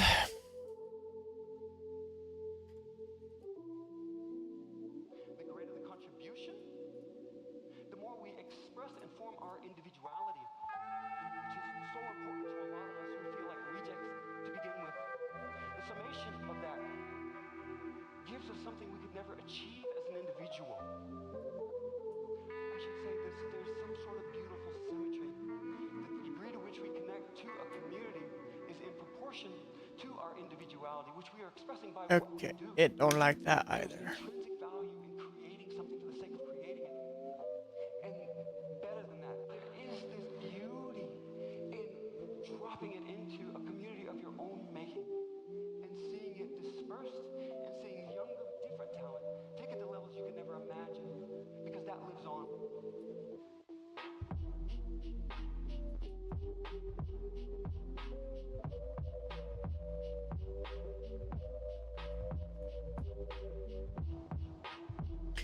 Alright, so I'm trying to get this fillet to kind of smooth in there, but it doesn't want to do that. So maybe we'll worry about that later. Could also do it in a different way.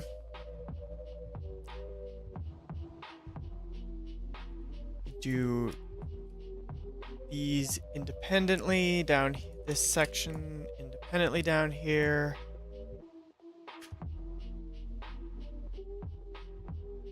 And then blend that, fill it in. That looks more smooth.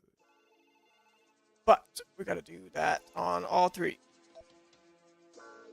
And I could do the radial repeat, but I'm already in here, so I'm just gonna like click the lines.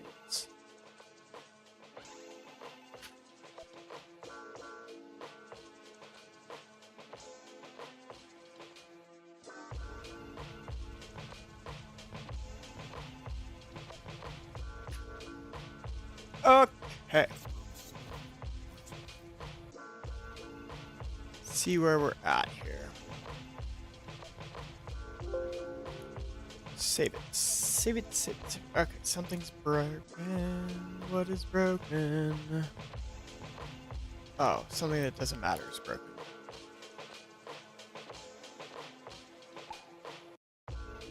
Awesome. Alright, so, and it does add these fillets back in, and I don't think that's going to be possible to machine, but we're just going to keep this in and see what they say.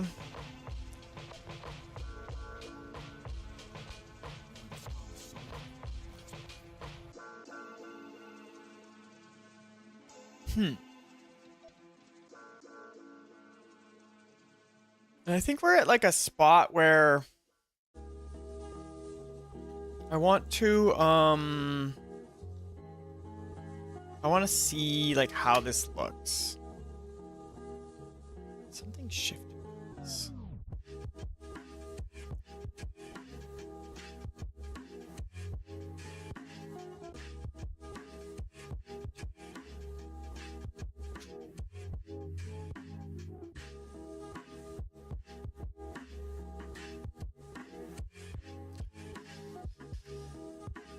Sometimes because I don't put a bunch of constraints on stuff, things just kind of shift around, and that's just me like shooting myself in the foot, kind of. Because if I had things better constrained, I wouldn't have to do this stuff. But because I kind of work in like a more artsy manner than like a traditional CAD modeler would. I end up having to kind of go back and fiddle with stuff more.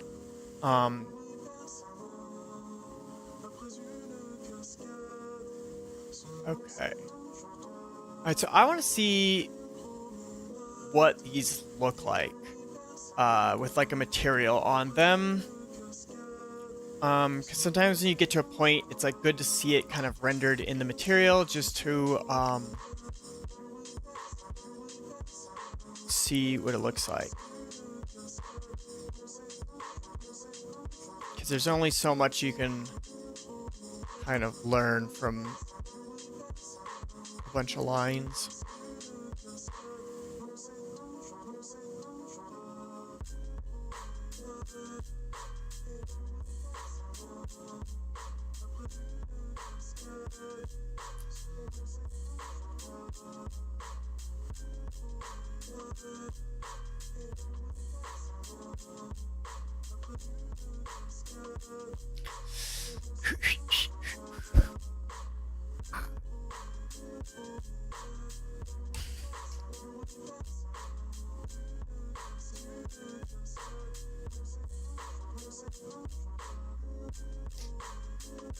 Okay, we're gonna bring it into Keyshot.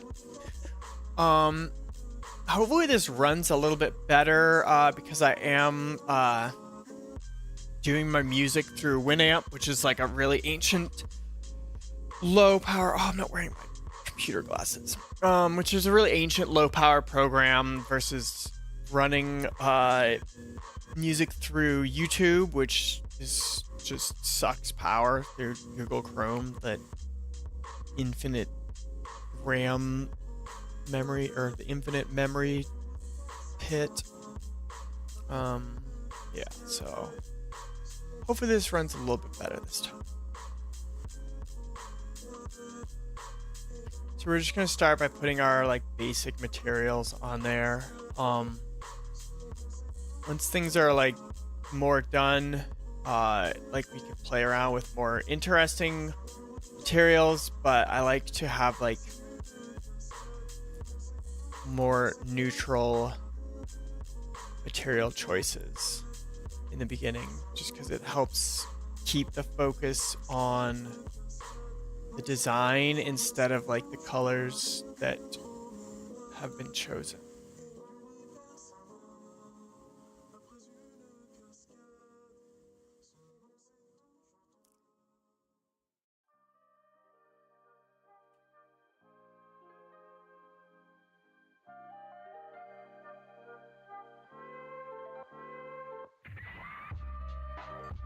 And I'm just gonna keep this simple because I'm not gonna build a whole scene because I just want to see what these things look like.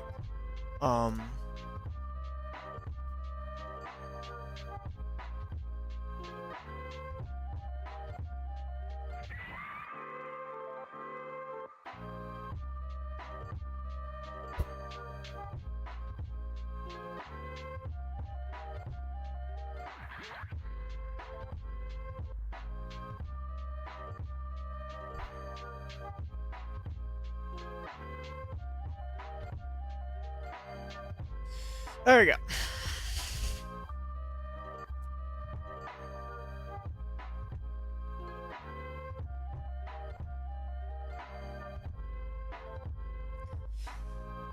Okay, so now is when we could just kind of like stare at it for a little bit and see what we like and what we don't like.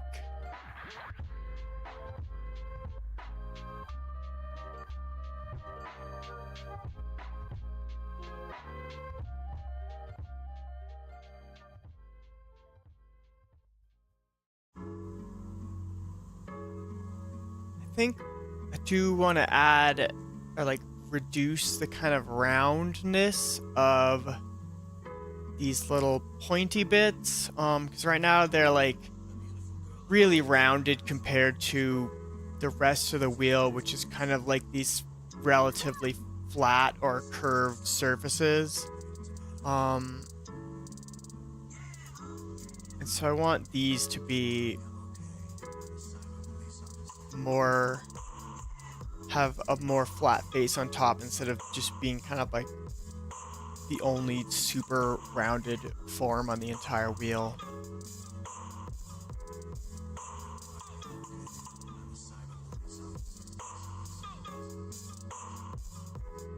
But pretty dang cool.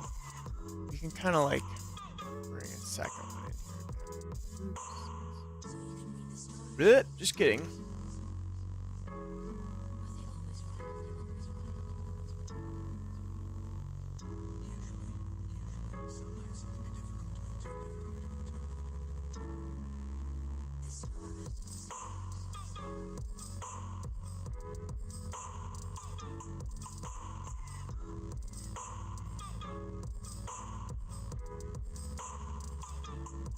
I'm doing this just to kind of have a couple different views to sit here and look at for a minute. For a couple different angles.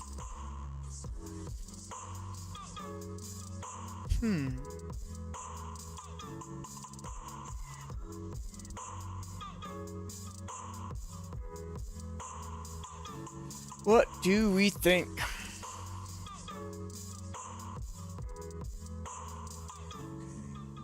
Okay. While this is going, I am gonna just eat a little snack. I will mute my mic though.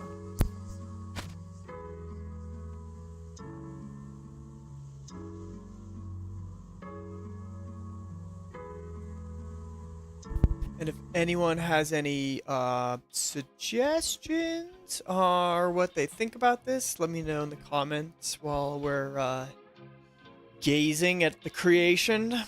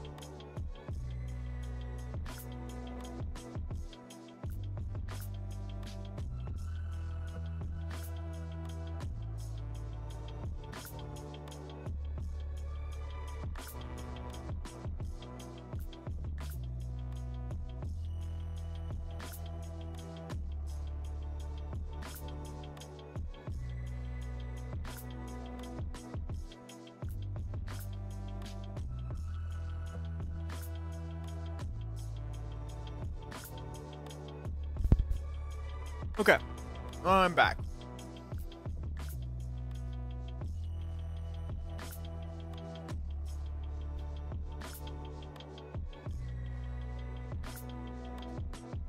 So there is a possibility of doing like a center cap that covers the lugs. Um, that is usually quite a lot more expensive. In the end, because it's 4 more pieces that need to be machined. Um, and then also hardware to mount those. Um, so that could definitely be something that could be worked into the design, but I think that would be more of like an option for people than like an integral part of the design. Because like it would be genuinely like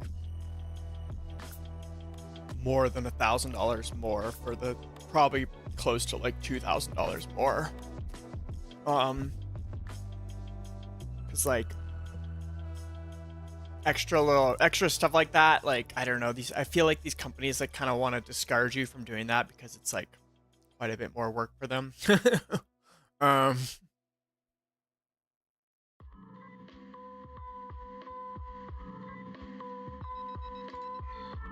but so that looks pretty damn cool. Um,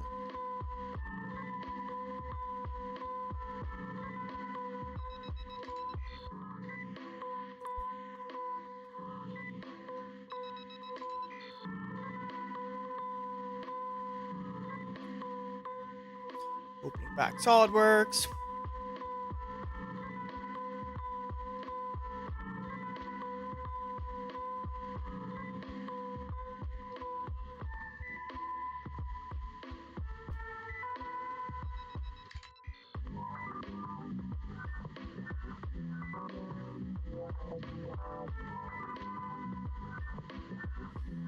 Okay, just waiting for the program to like 100% start. It's like kind of jerky when it first starts. Yeah, so I think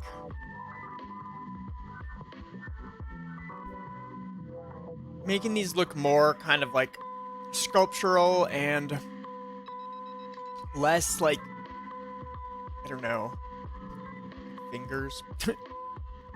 Hesitate to say that. It's kind of weird, but I don't know, that was one of my thoughts when I saw them in the render.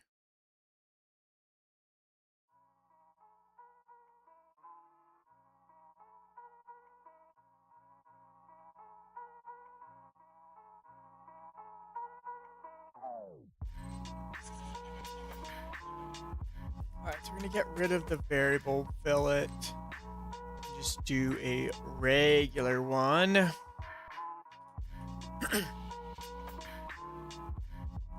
So we have more of that flat surface, and I do kind of want to bring those edges out somehow.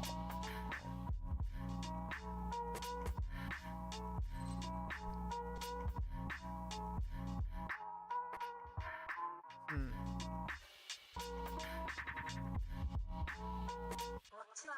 This is gonna be annoying to do, probably. But let's see.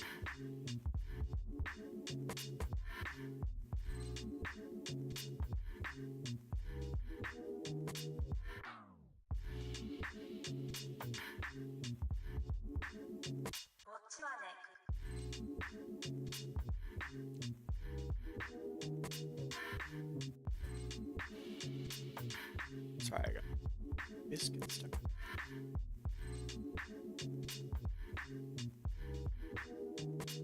Hmm.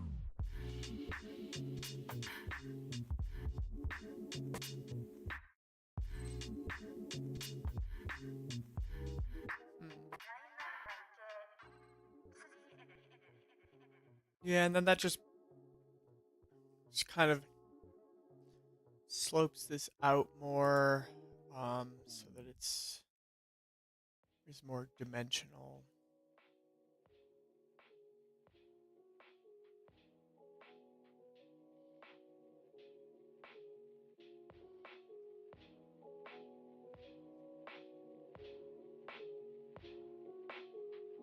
I love how if you have Steam, like, you could just spy on all your Steam friends and tell when they're playing video games, like during work hours.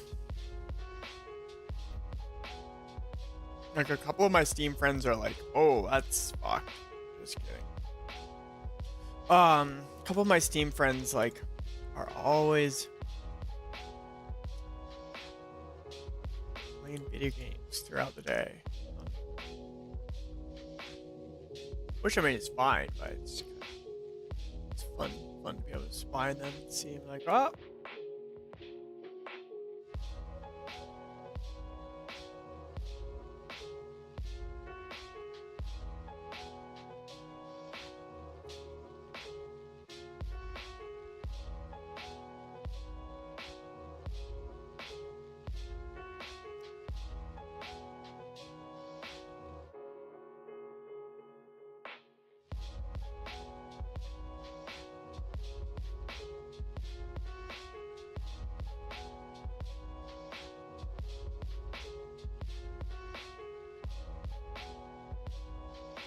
that's pretty. Yeah, I think that's better.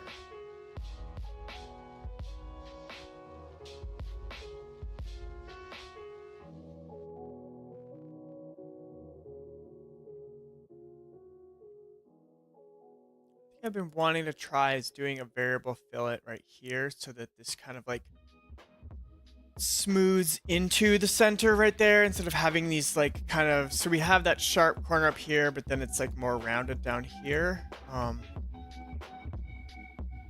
Curious about that.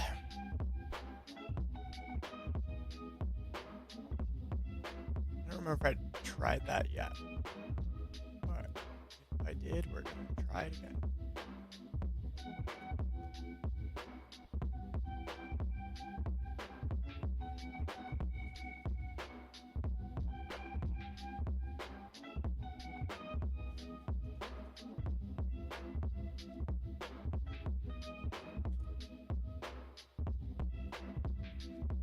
It looks like it's gonna work.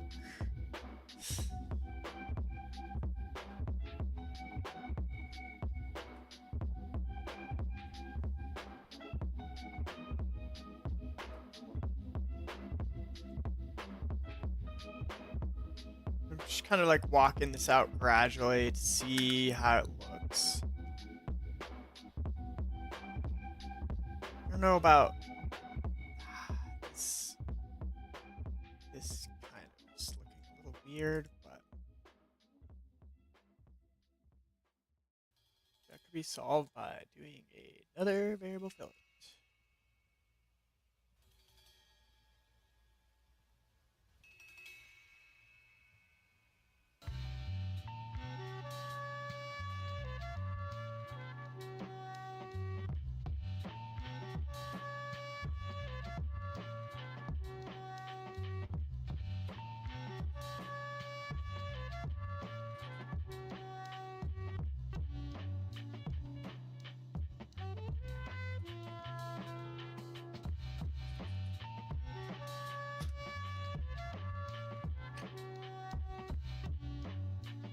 Okay, this one broke, looks like.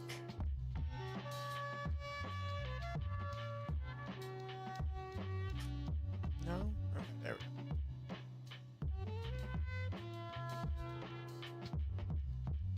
So I wonder if we just bump this way up, if we can get rid of that like weird shape. It's still doing it. At that point, we're kind of like getting rid of part of our shape there.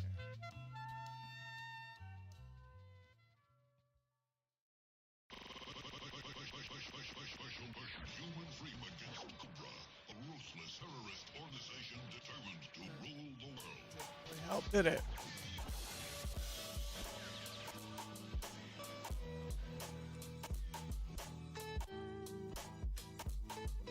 But I like that better than how it was.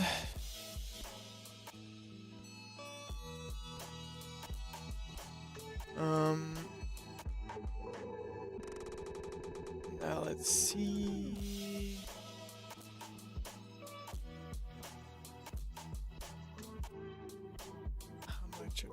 Okay, cool.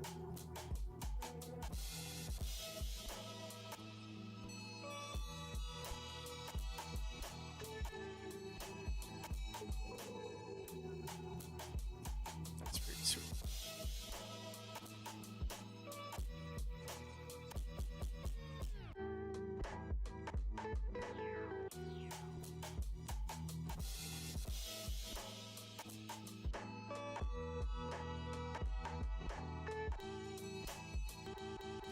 And I think I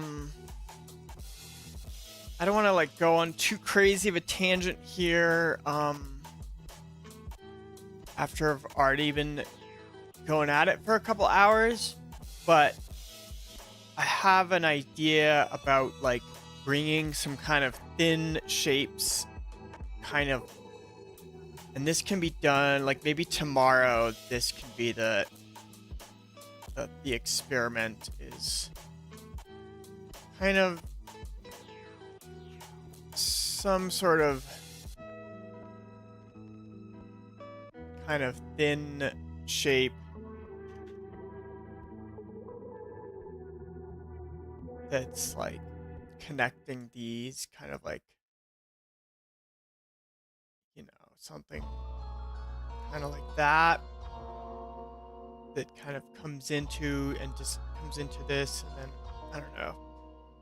So I would like to bring more of that cyber sigilism into the design, because like this is awesome. I really like how it's going, but I do want to kind of explore a few more avenues before settling for the design. Definitely don't want it to like just end up too busy and jumbled, but I think it's worth kind of testing out some interesting little ideas. But yeah, some sort of kind of vines or spikes or thorns, whatever you call those shapes that are here on the right on a lot of these things. Yeah.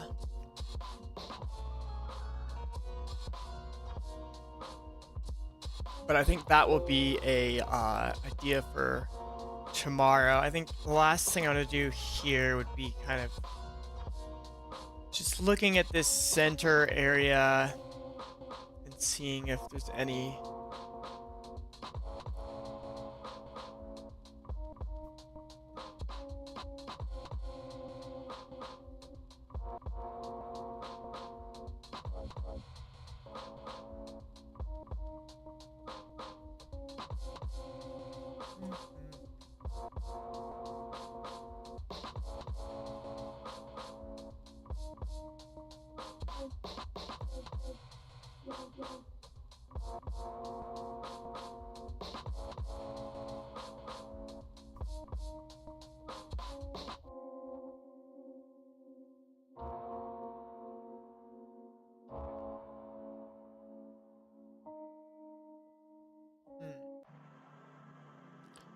Sorry, I'm just thinking here.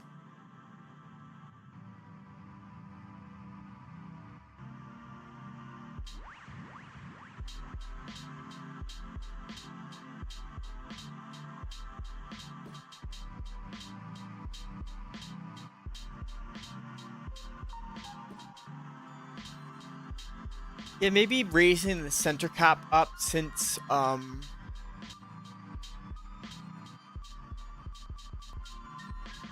it's like all of these forms jut out pretty far, so bringing the center cap forward a bit could work out.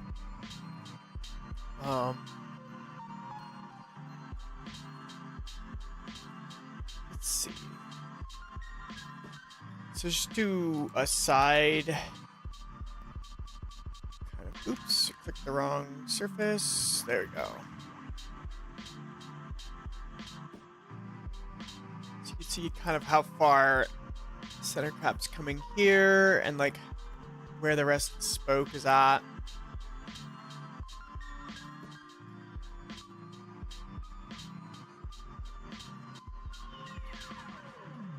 No, thinking about like things that may seem kind of silly, I think it's like, if you don't have any of, if you don't like test out any of those ideas, then everything kind of remains boring.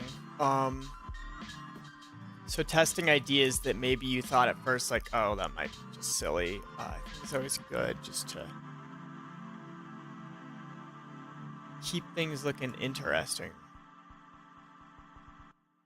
I just want some like little symbols in these little spots here or something.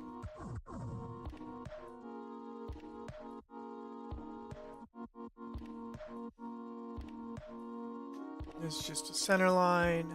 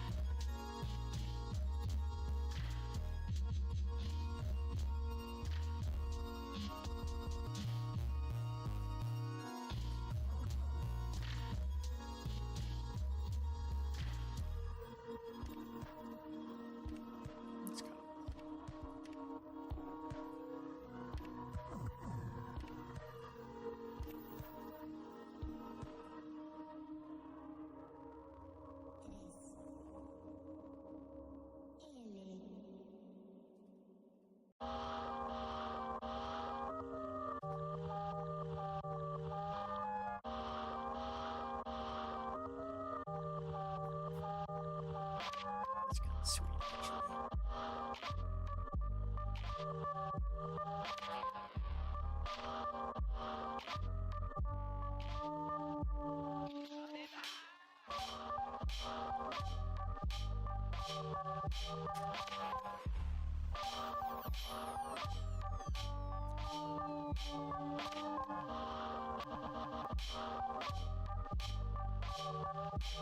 And eventually we'll kind of put some like text or something fun around these edges.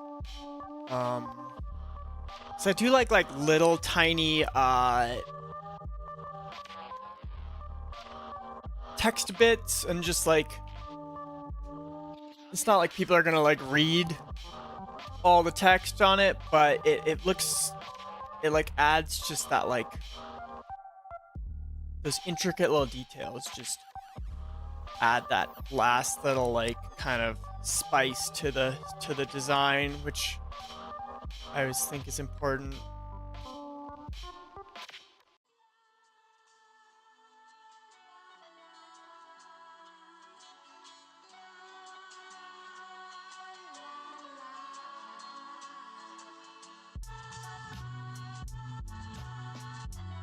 Let's try bringing this up a bit further. I did that in a really weird way, unfortunately. Some Skittles.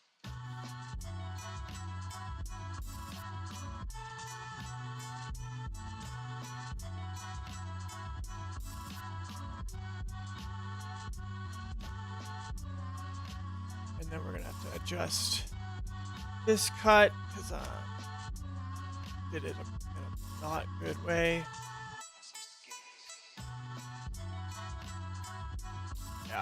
Yeah.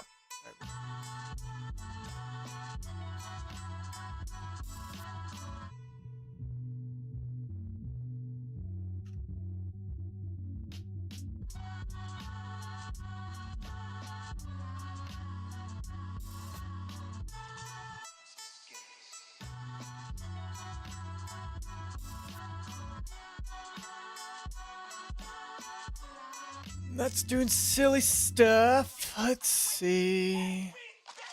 Freeze, bitch. Oh, shit. I'm fucked.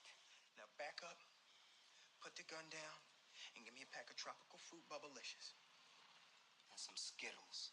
I always wonder where some of these, like, sample sound clips come from. Some of these songs.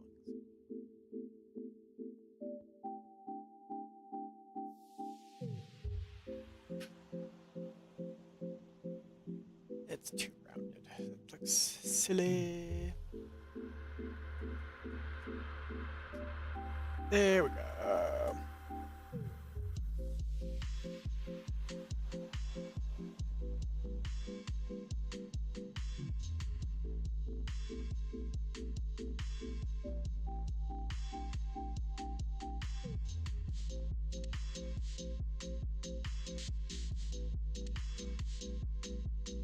Oh, it's pretty sweet, actually. I like raising that up a bit.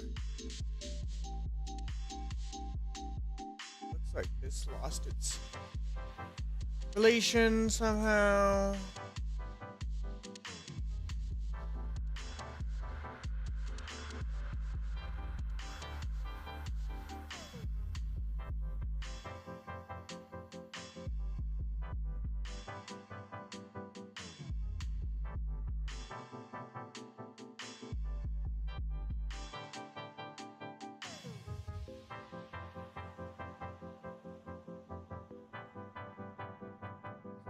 Is it like that? Trying to figure out why this is sunken in here. Trying to figure out what the heck I did wrong.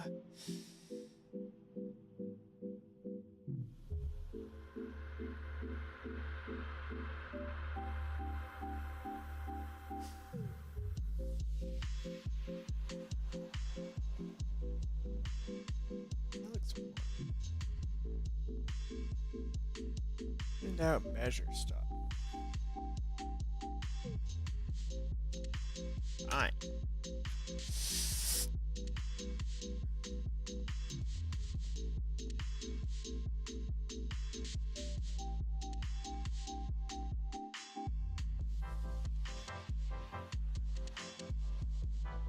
What's going on with this?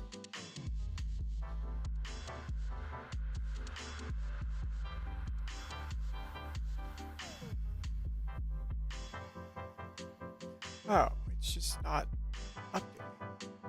Oh, I just have to click that. Oh, thank you, Solidworks.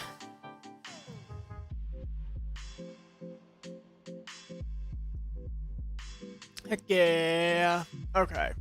That looks sweet. Last thing, let's just add some fun text around the edge and see how it looks.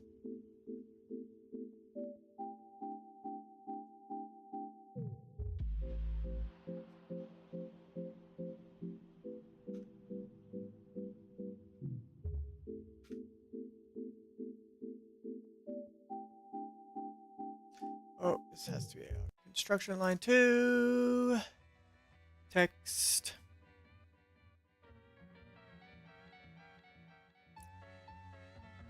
And then you just think of something like real goober shit to say down there. What I always thought was funny is, let's see.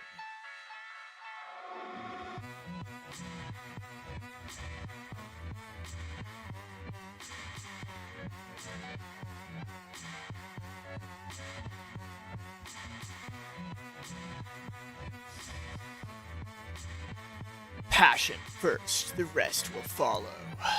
Let's see.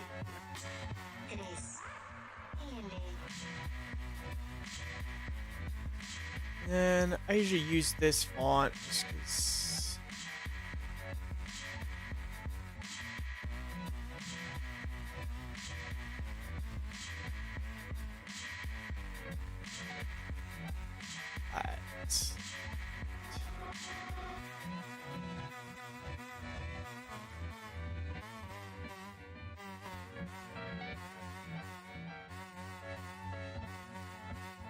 Okay, just eyeball that a little bit.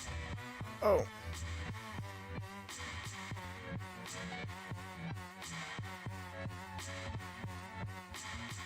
That's gonna be cut just barely into there. You want it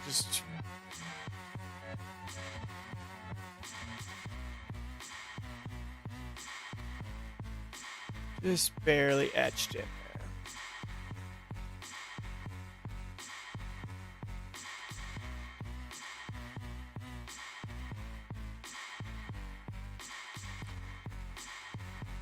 there.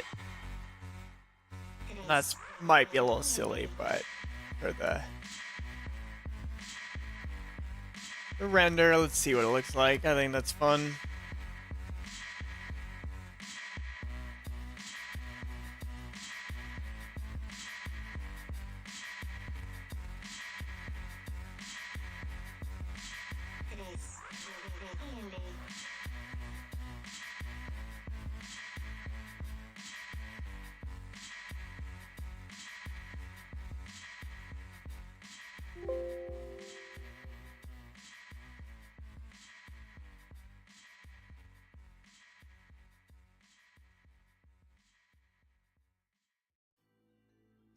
Ooh, let's close Solidworks when we're doing the render, because otherwise Solidworks and Keyshot will fight each other over my processing power until we all lose.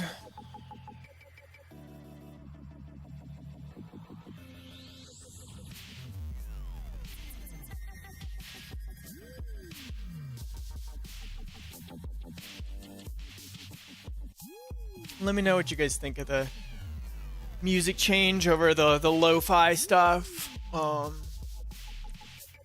Possibly a tiny bit distracting maybe for background music, but I figured it'd be fun to have something interesting. And it's also made and produced by a car enthusiast himself, so.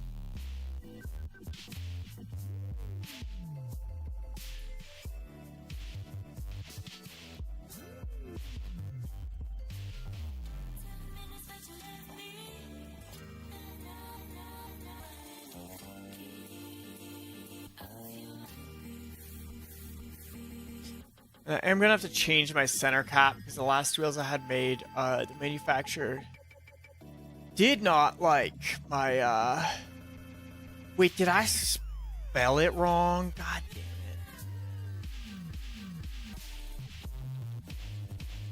Oh.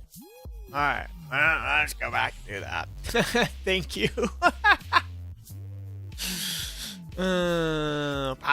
Passion.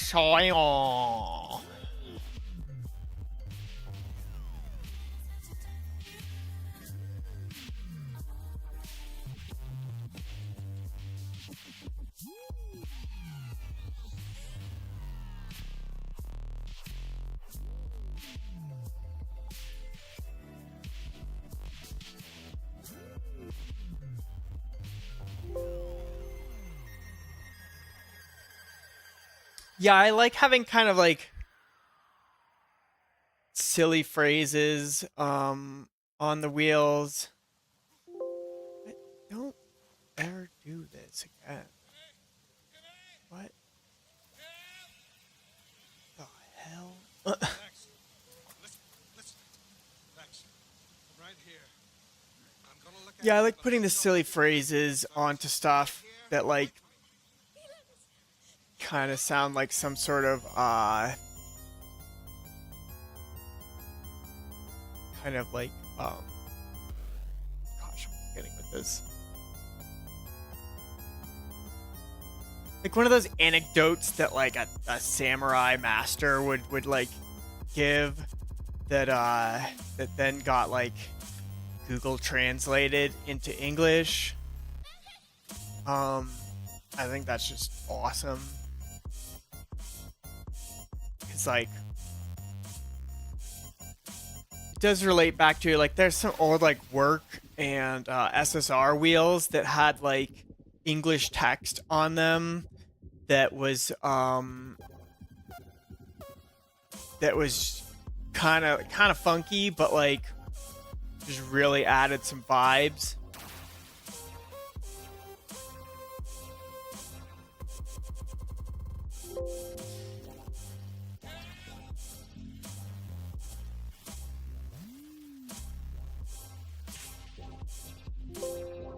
Okay.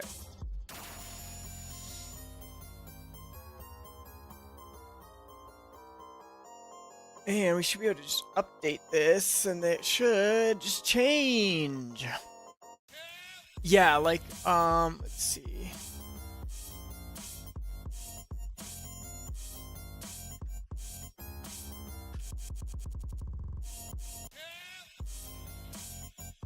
Yeah, like some of these old, that's Pinterest. That's gonna suck. Yeah, some of these old ones had some like real fun text. Let me see if I can large.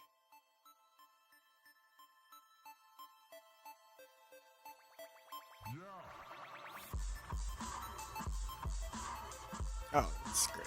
That worked out so well.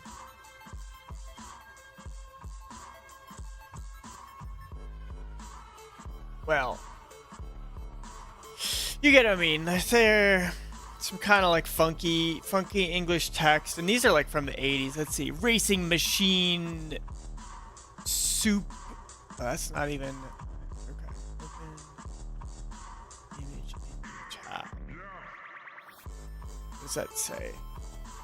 Yeah, racing machine supports the creative room to develop the goods. Like, that's fire. I don't know what the hell that means, but that's fire. Like right now we are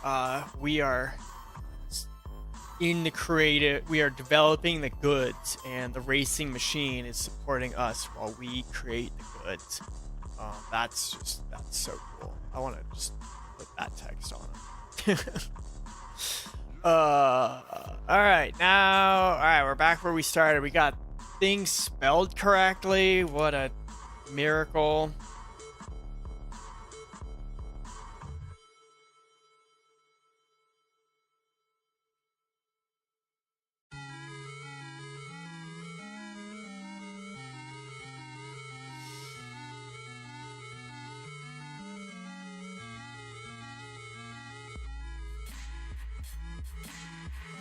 Okay. You know what? I kind of like. I want to see what some like white wheels would look like.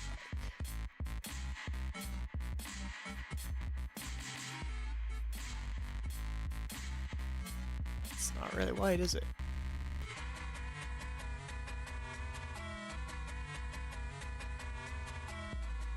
White material is like always hard. Okay, it is white.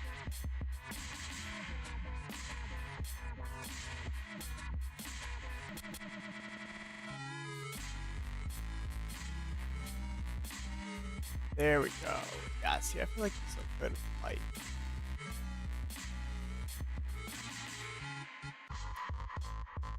And then we just change this ground to darker.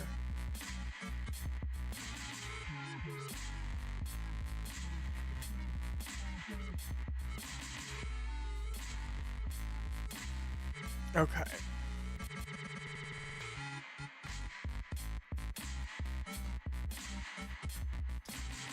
That's pretty sweet. Okay. Oh, we're still running up the CPU.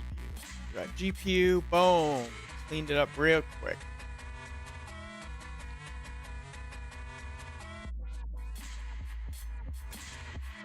Yeah, GPU rendering. If you have any sort of GPU, even not a fancy one, if whatever software you're using supports like GPU rendering, you want to do that because it will always be faster for the most part than rendering with your CPU.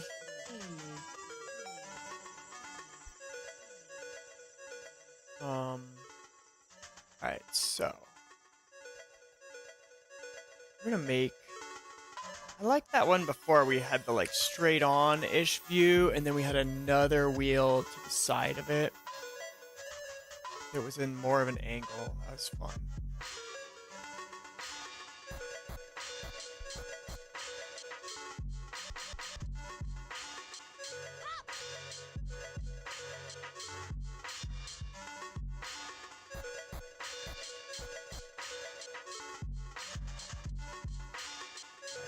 closer to the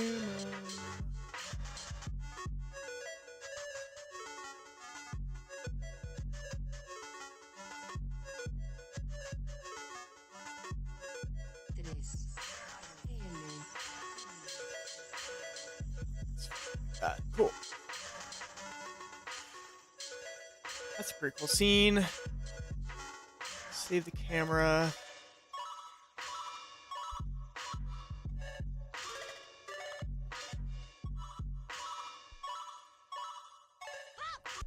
We're not gonna make a fancy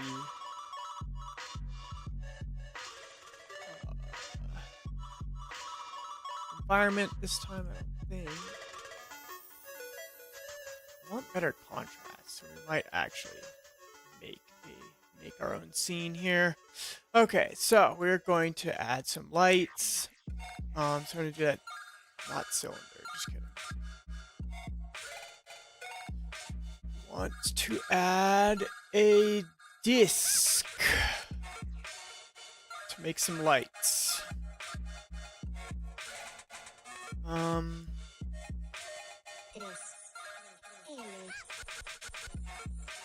So this should illuminate the face nicely, one of them, and then we'll have one on the other one. Area light. Okay, there's that. And we're going to duplicate that light.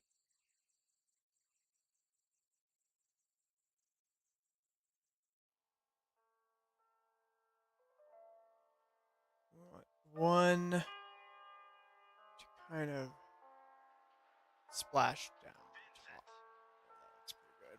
I haven't seen your face, but I know it's you. Alright, so what happens if we get rid of this? Okay, now we're getting somewhere.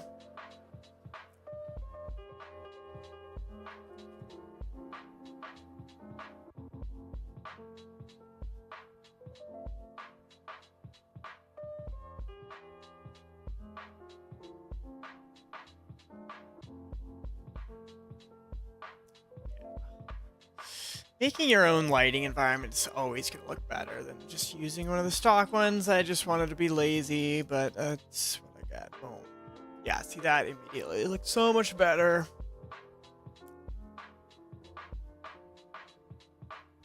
Text is, let's see. I tried to kind of like round its edges a little bit.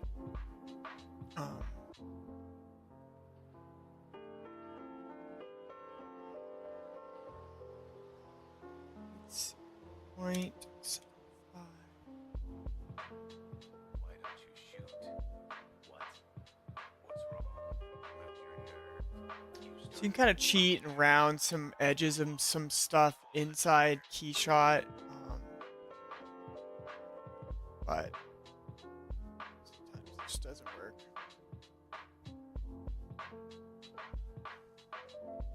I'm gonna rotate this so the text is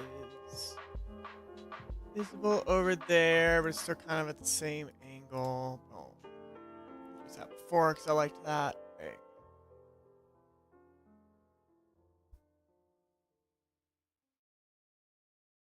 That's pretty sweet.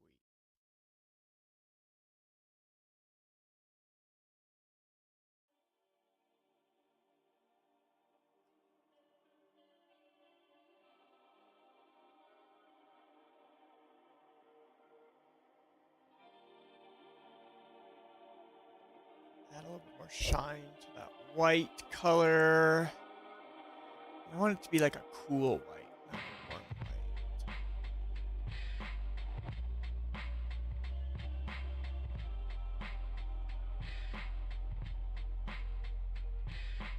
There we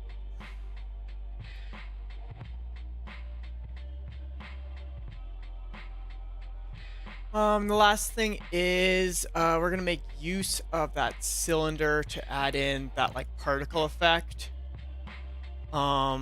Just to make the render look better. Look more better. More gooder.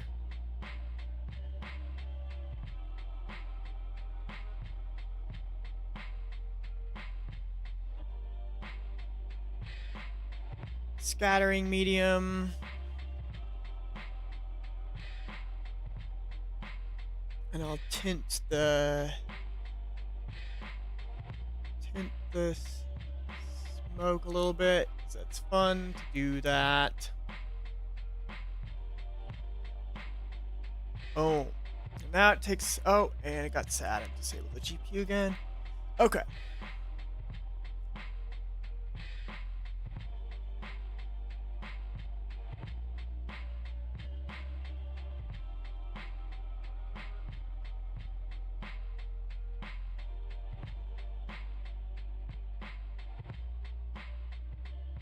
I think the last thing, I do want to see a little bit more of like the back area. So we're going to add a kind of back light.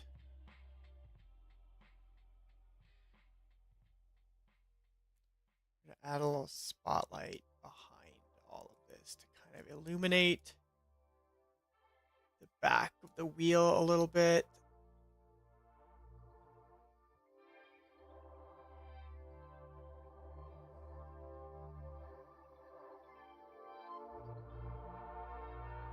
But see, now we're getting this really strong shadows. I don't want that. There we go. Yeah, see, now we're getting a little bit more of the background. So you can see the definition of the wheels in the render.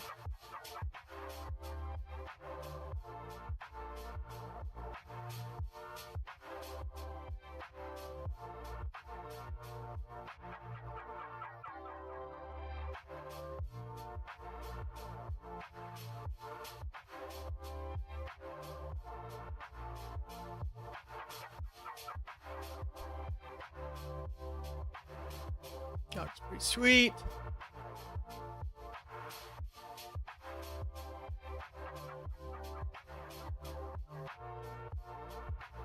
Oh yeah, and then we do want to add that depth of field. And looks like it's going to focus on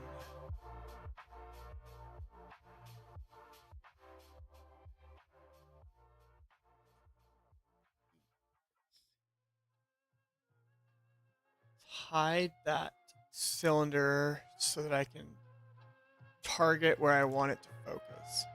And since these are at 2, we're just gonna choose a point in the middle of them.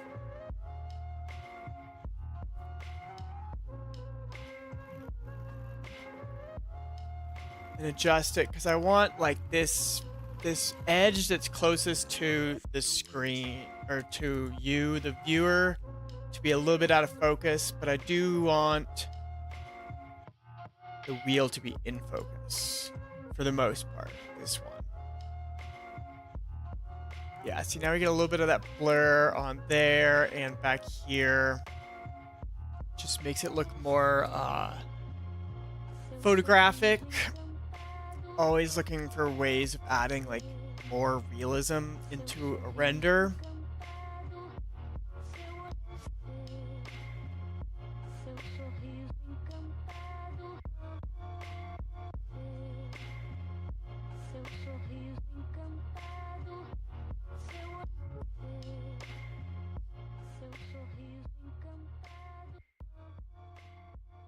And then kind of getting rid of a little bit of those like all the grays that particle effect has brought in.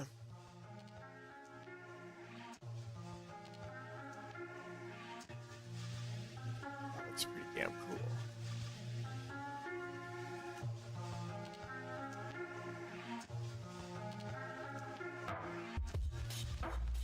Brighten it up a tiny bit.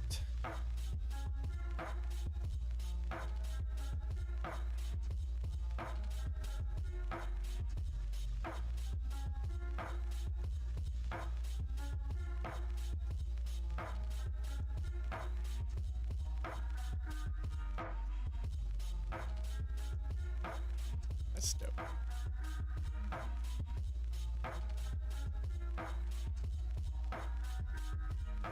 Alright, so we'll do a little render.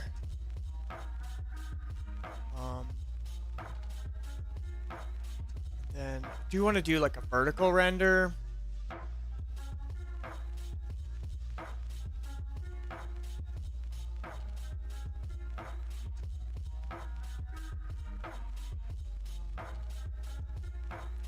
It's like a vertical one. Vertical renders are good for like Instagram story stuff.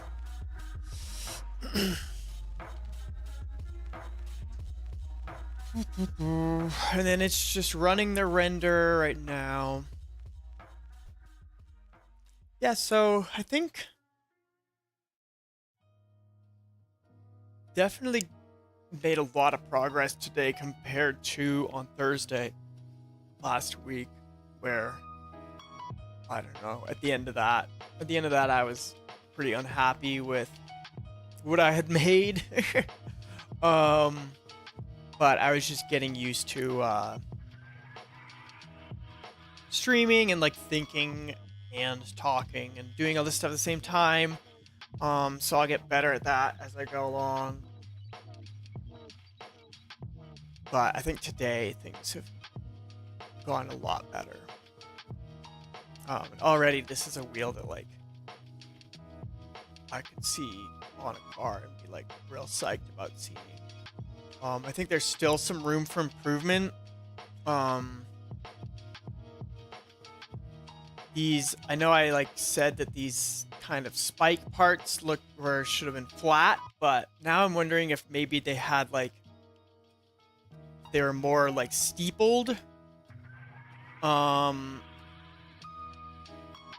to match the spoke having this like center edge, I'm wondering if making these kind of shaped like this, you can see my hands in the little thing, instead of having that flat top face on those pieces, I think that could help those a lot.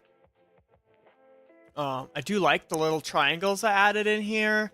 Just like little tiny details like that, just like create more visual interest, help things pop a little bit. That's pretty sweet. And then let's just, while we're here, let's do a vertical one. Oh, and it's gonna real sad.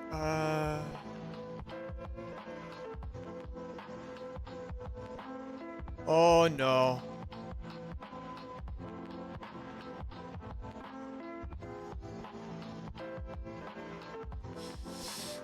Yeah, it's hard to do all this stuff at once because like Keyshot is just like sucking all of the CPU power and GPU power it possibly can, and then like the stream stuff too. So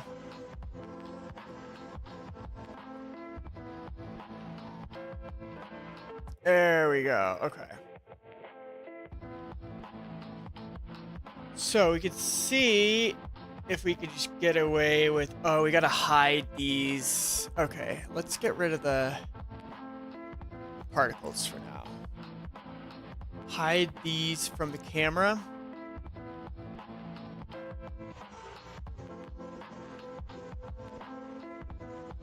And we're gonna depth of field for a second.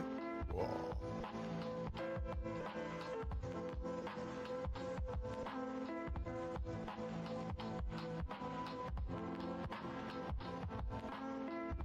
Okay, that's... Yeah, I feel like using Keyshot, you just get used to like this jerky kind of movement. I've got a 3090 with 24 gigs of graphics memory, and it's still just fucking jerking around as it's loading stuff.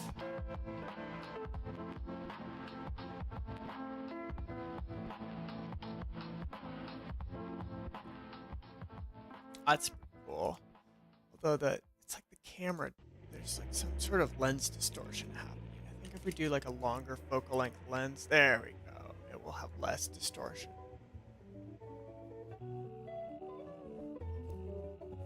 Hell yeah!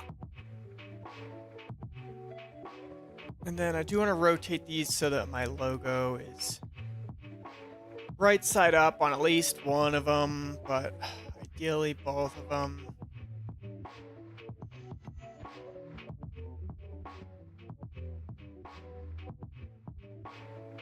Like almost right side up. Oh, there we go. That's sweet. All right. Heck yeah. So let's put back the. Oh wait, no, we gotta do the depth of field again.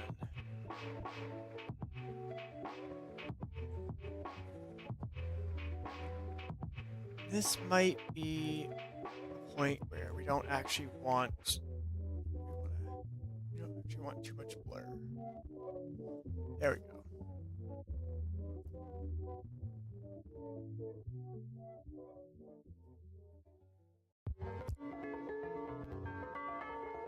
Sweet.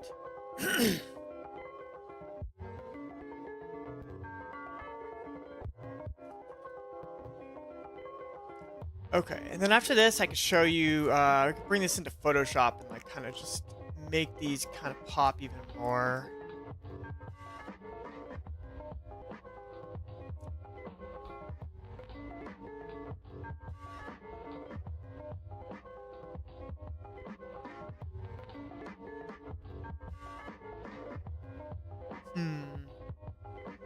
See, it's kind of that backlight's a bit blurry. So I'm gonna adjust that depth of field again.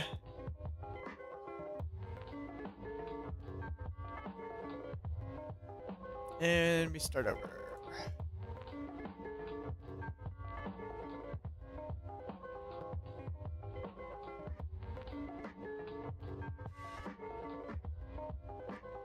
Alright, yep, there we go.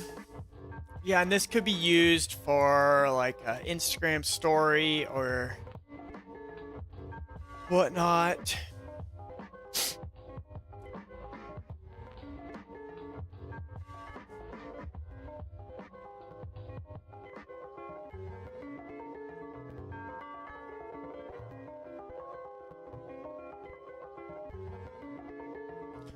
Let's see, while that's going, let's see.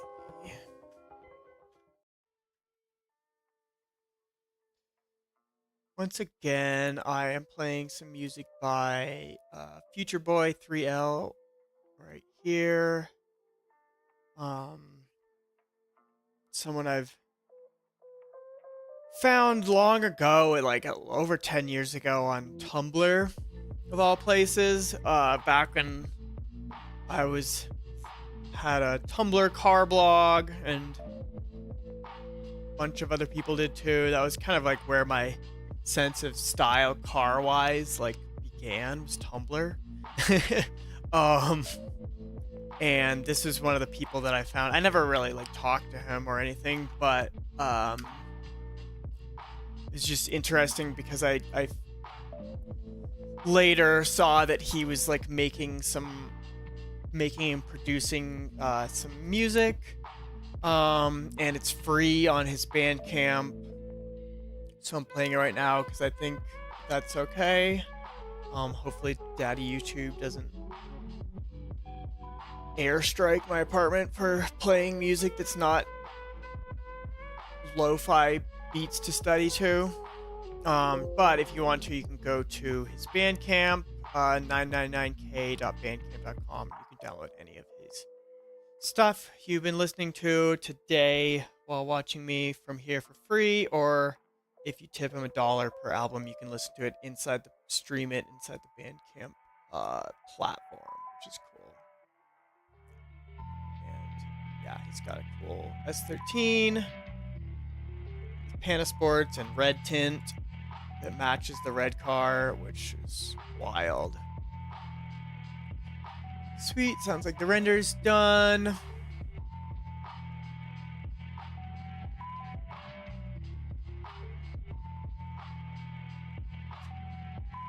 And the last thing is we'll just kind of bring these into Photoshop and make them go that extra mile of pop.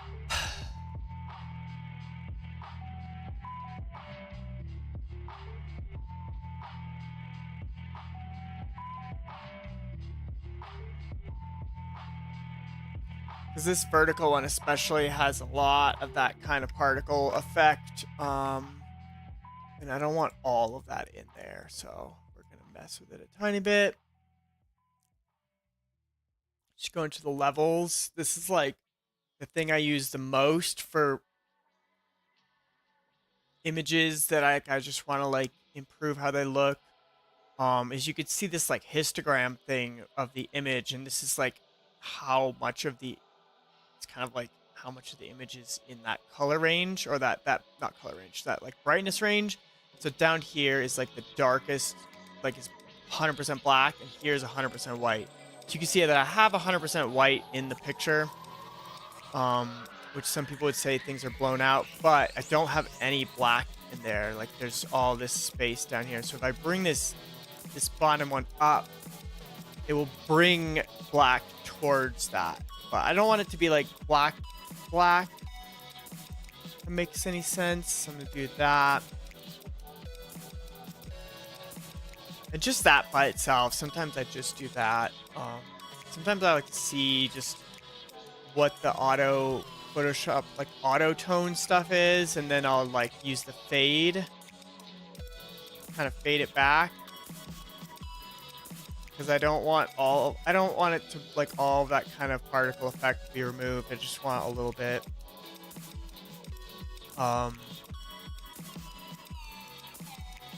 Then last thing, we can try a fun little effect on here. So they'll like movies and like even animated shows will add this in. It's called chromatic aberration, and it's like a lens distortion that causes like the edges of stuff near the edge of the scene to kind of double and have these like bright colors. Like that Arcane show had some chromatic aberration built in, which is really cool to see in an animated show. And then Into the Spider-Verse used a lot of it. I'll show you what I mean.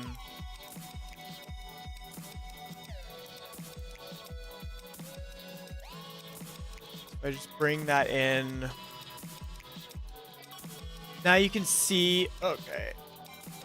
Now you can see like near the edges, see these kind of like blue and orange kind of edges on stuff. It doesn't work for a lot of stuff because it does add a tiny bit of blur in to the entire photo and a little bit of distortion. You can see if I unpreview, it definitely like is sharper before. But this is another thing that can make renders and stuff look more realistic, because it's like a real lens distortion that like cameras have.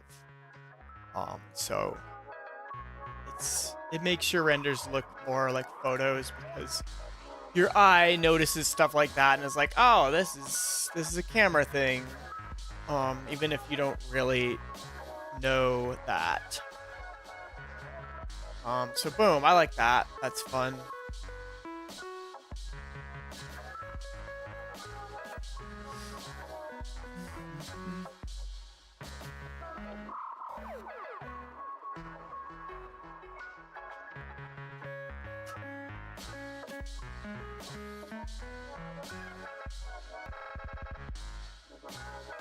Let's see. We'll bring this one in and do some similar stuff. Oh, and then you could see here's what we made on Thursday, which I was not happy with, but you could see that some of those choices were good. Like these kind of shapes that come up, these points I liked. Here's what we started with today.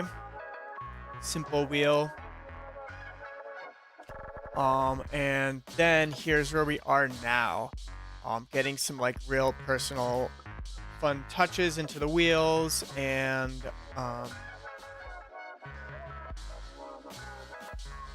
making them look awesome.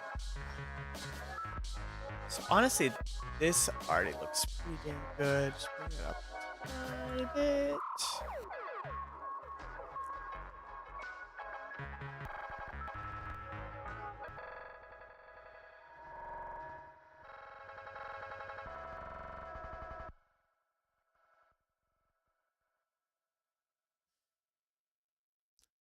Okay, filter, and let's just add that lens correction, that chromatic aberration thing back on there. Choo. Okay.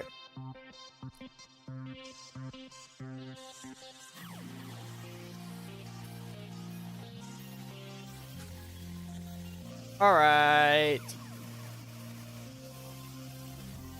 Pretty sweet. I'll just put this up here. All right, so I think that is all the wheels we're gonna do for today. Good 3 hours of progress. I'll talk to Zerg and we'll do some thinking, and tomorrow maybe add some like finishing touches onto them. And then maybe work on another fun project or some.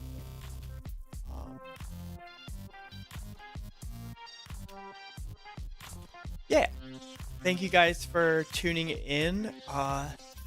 Hopefully people like watching me design stuff and listening to me ramble.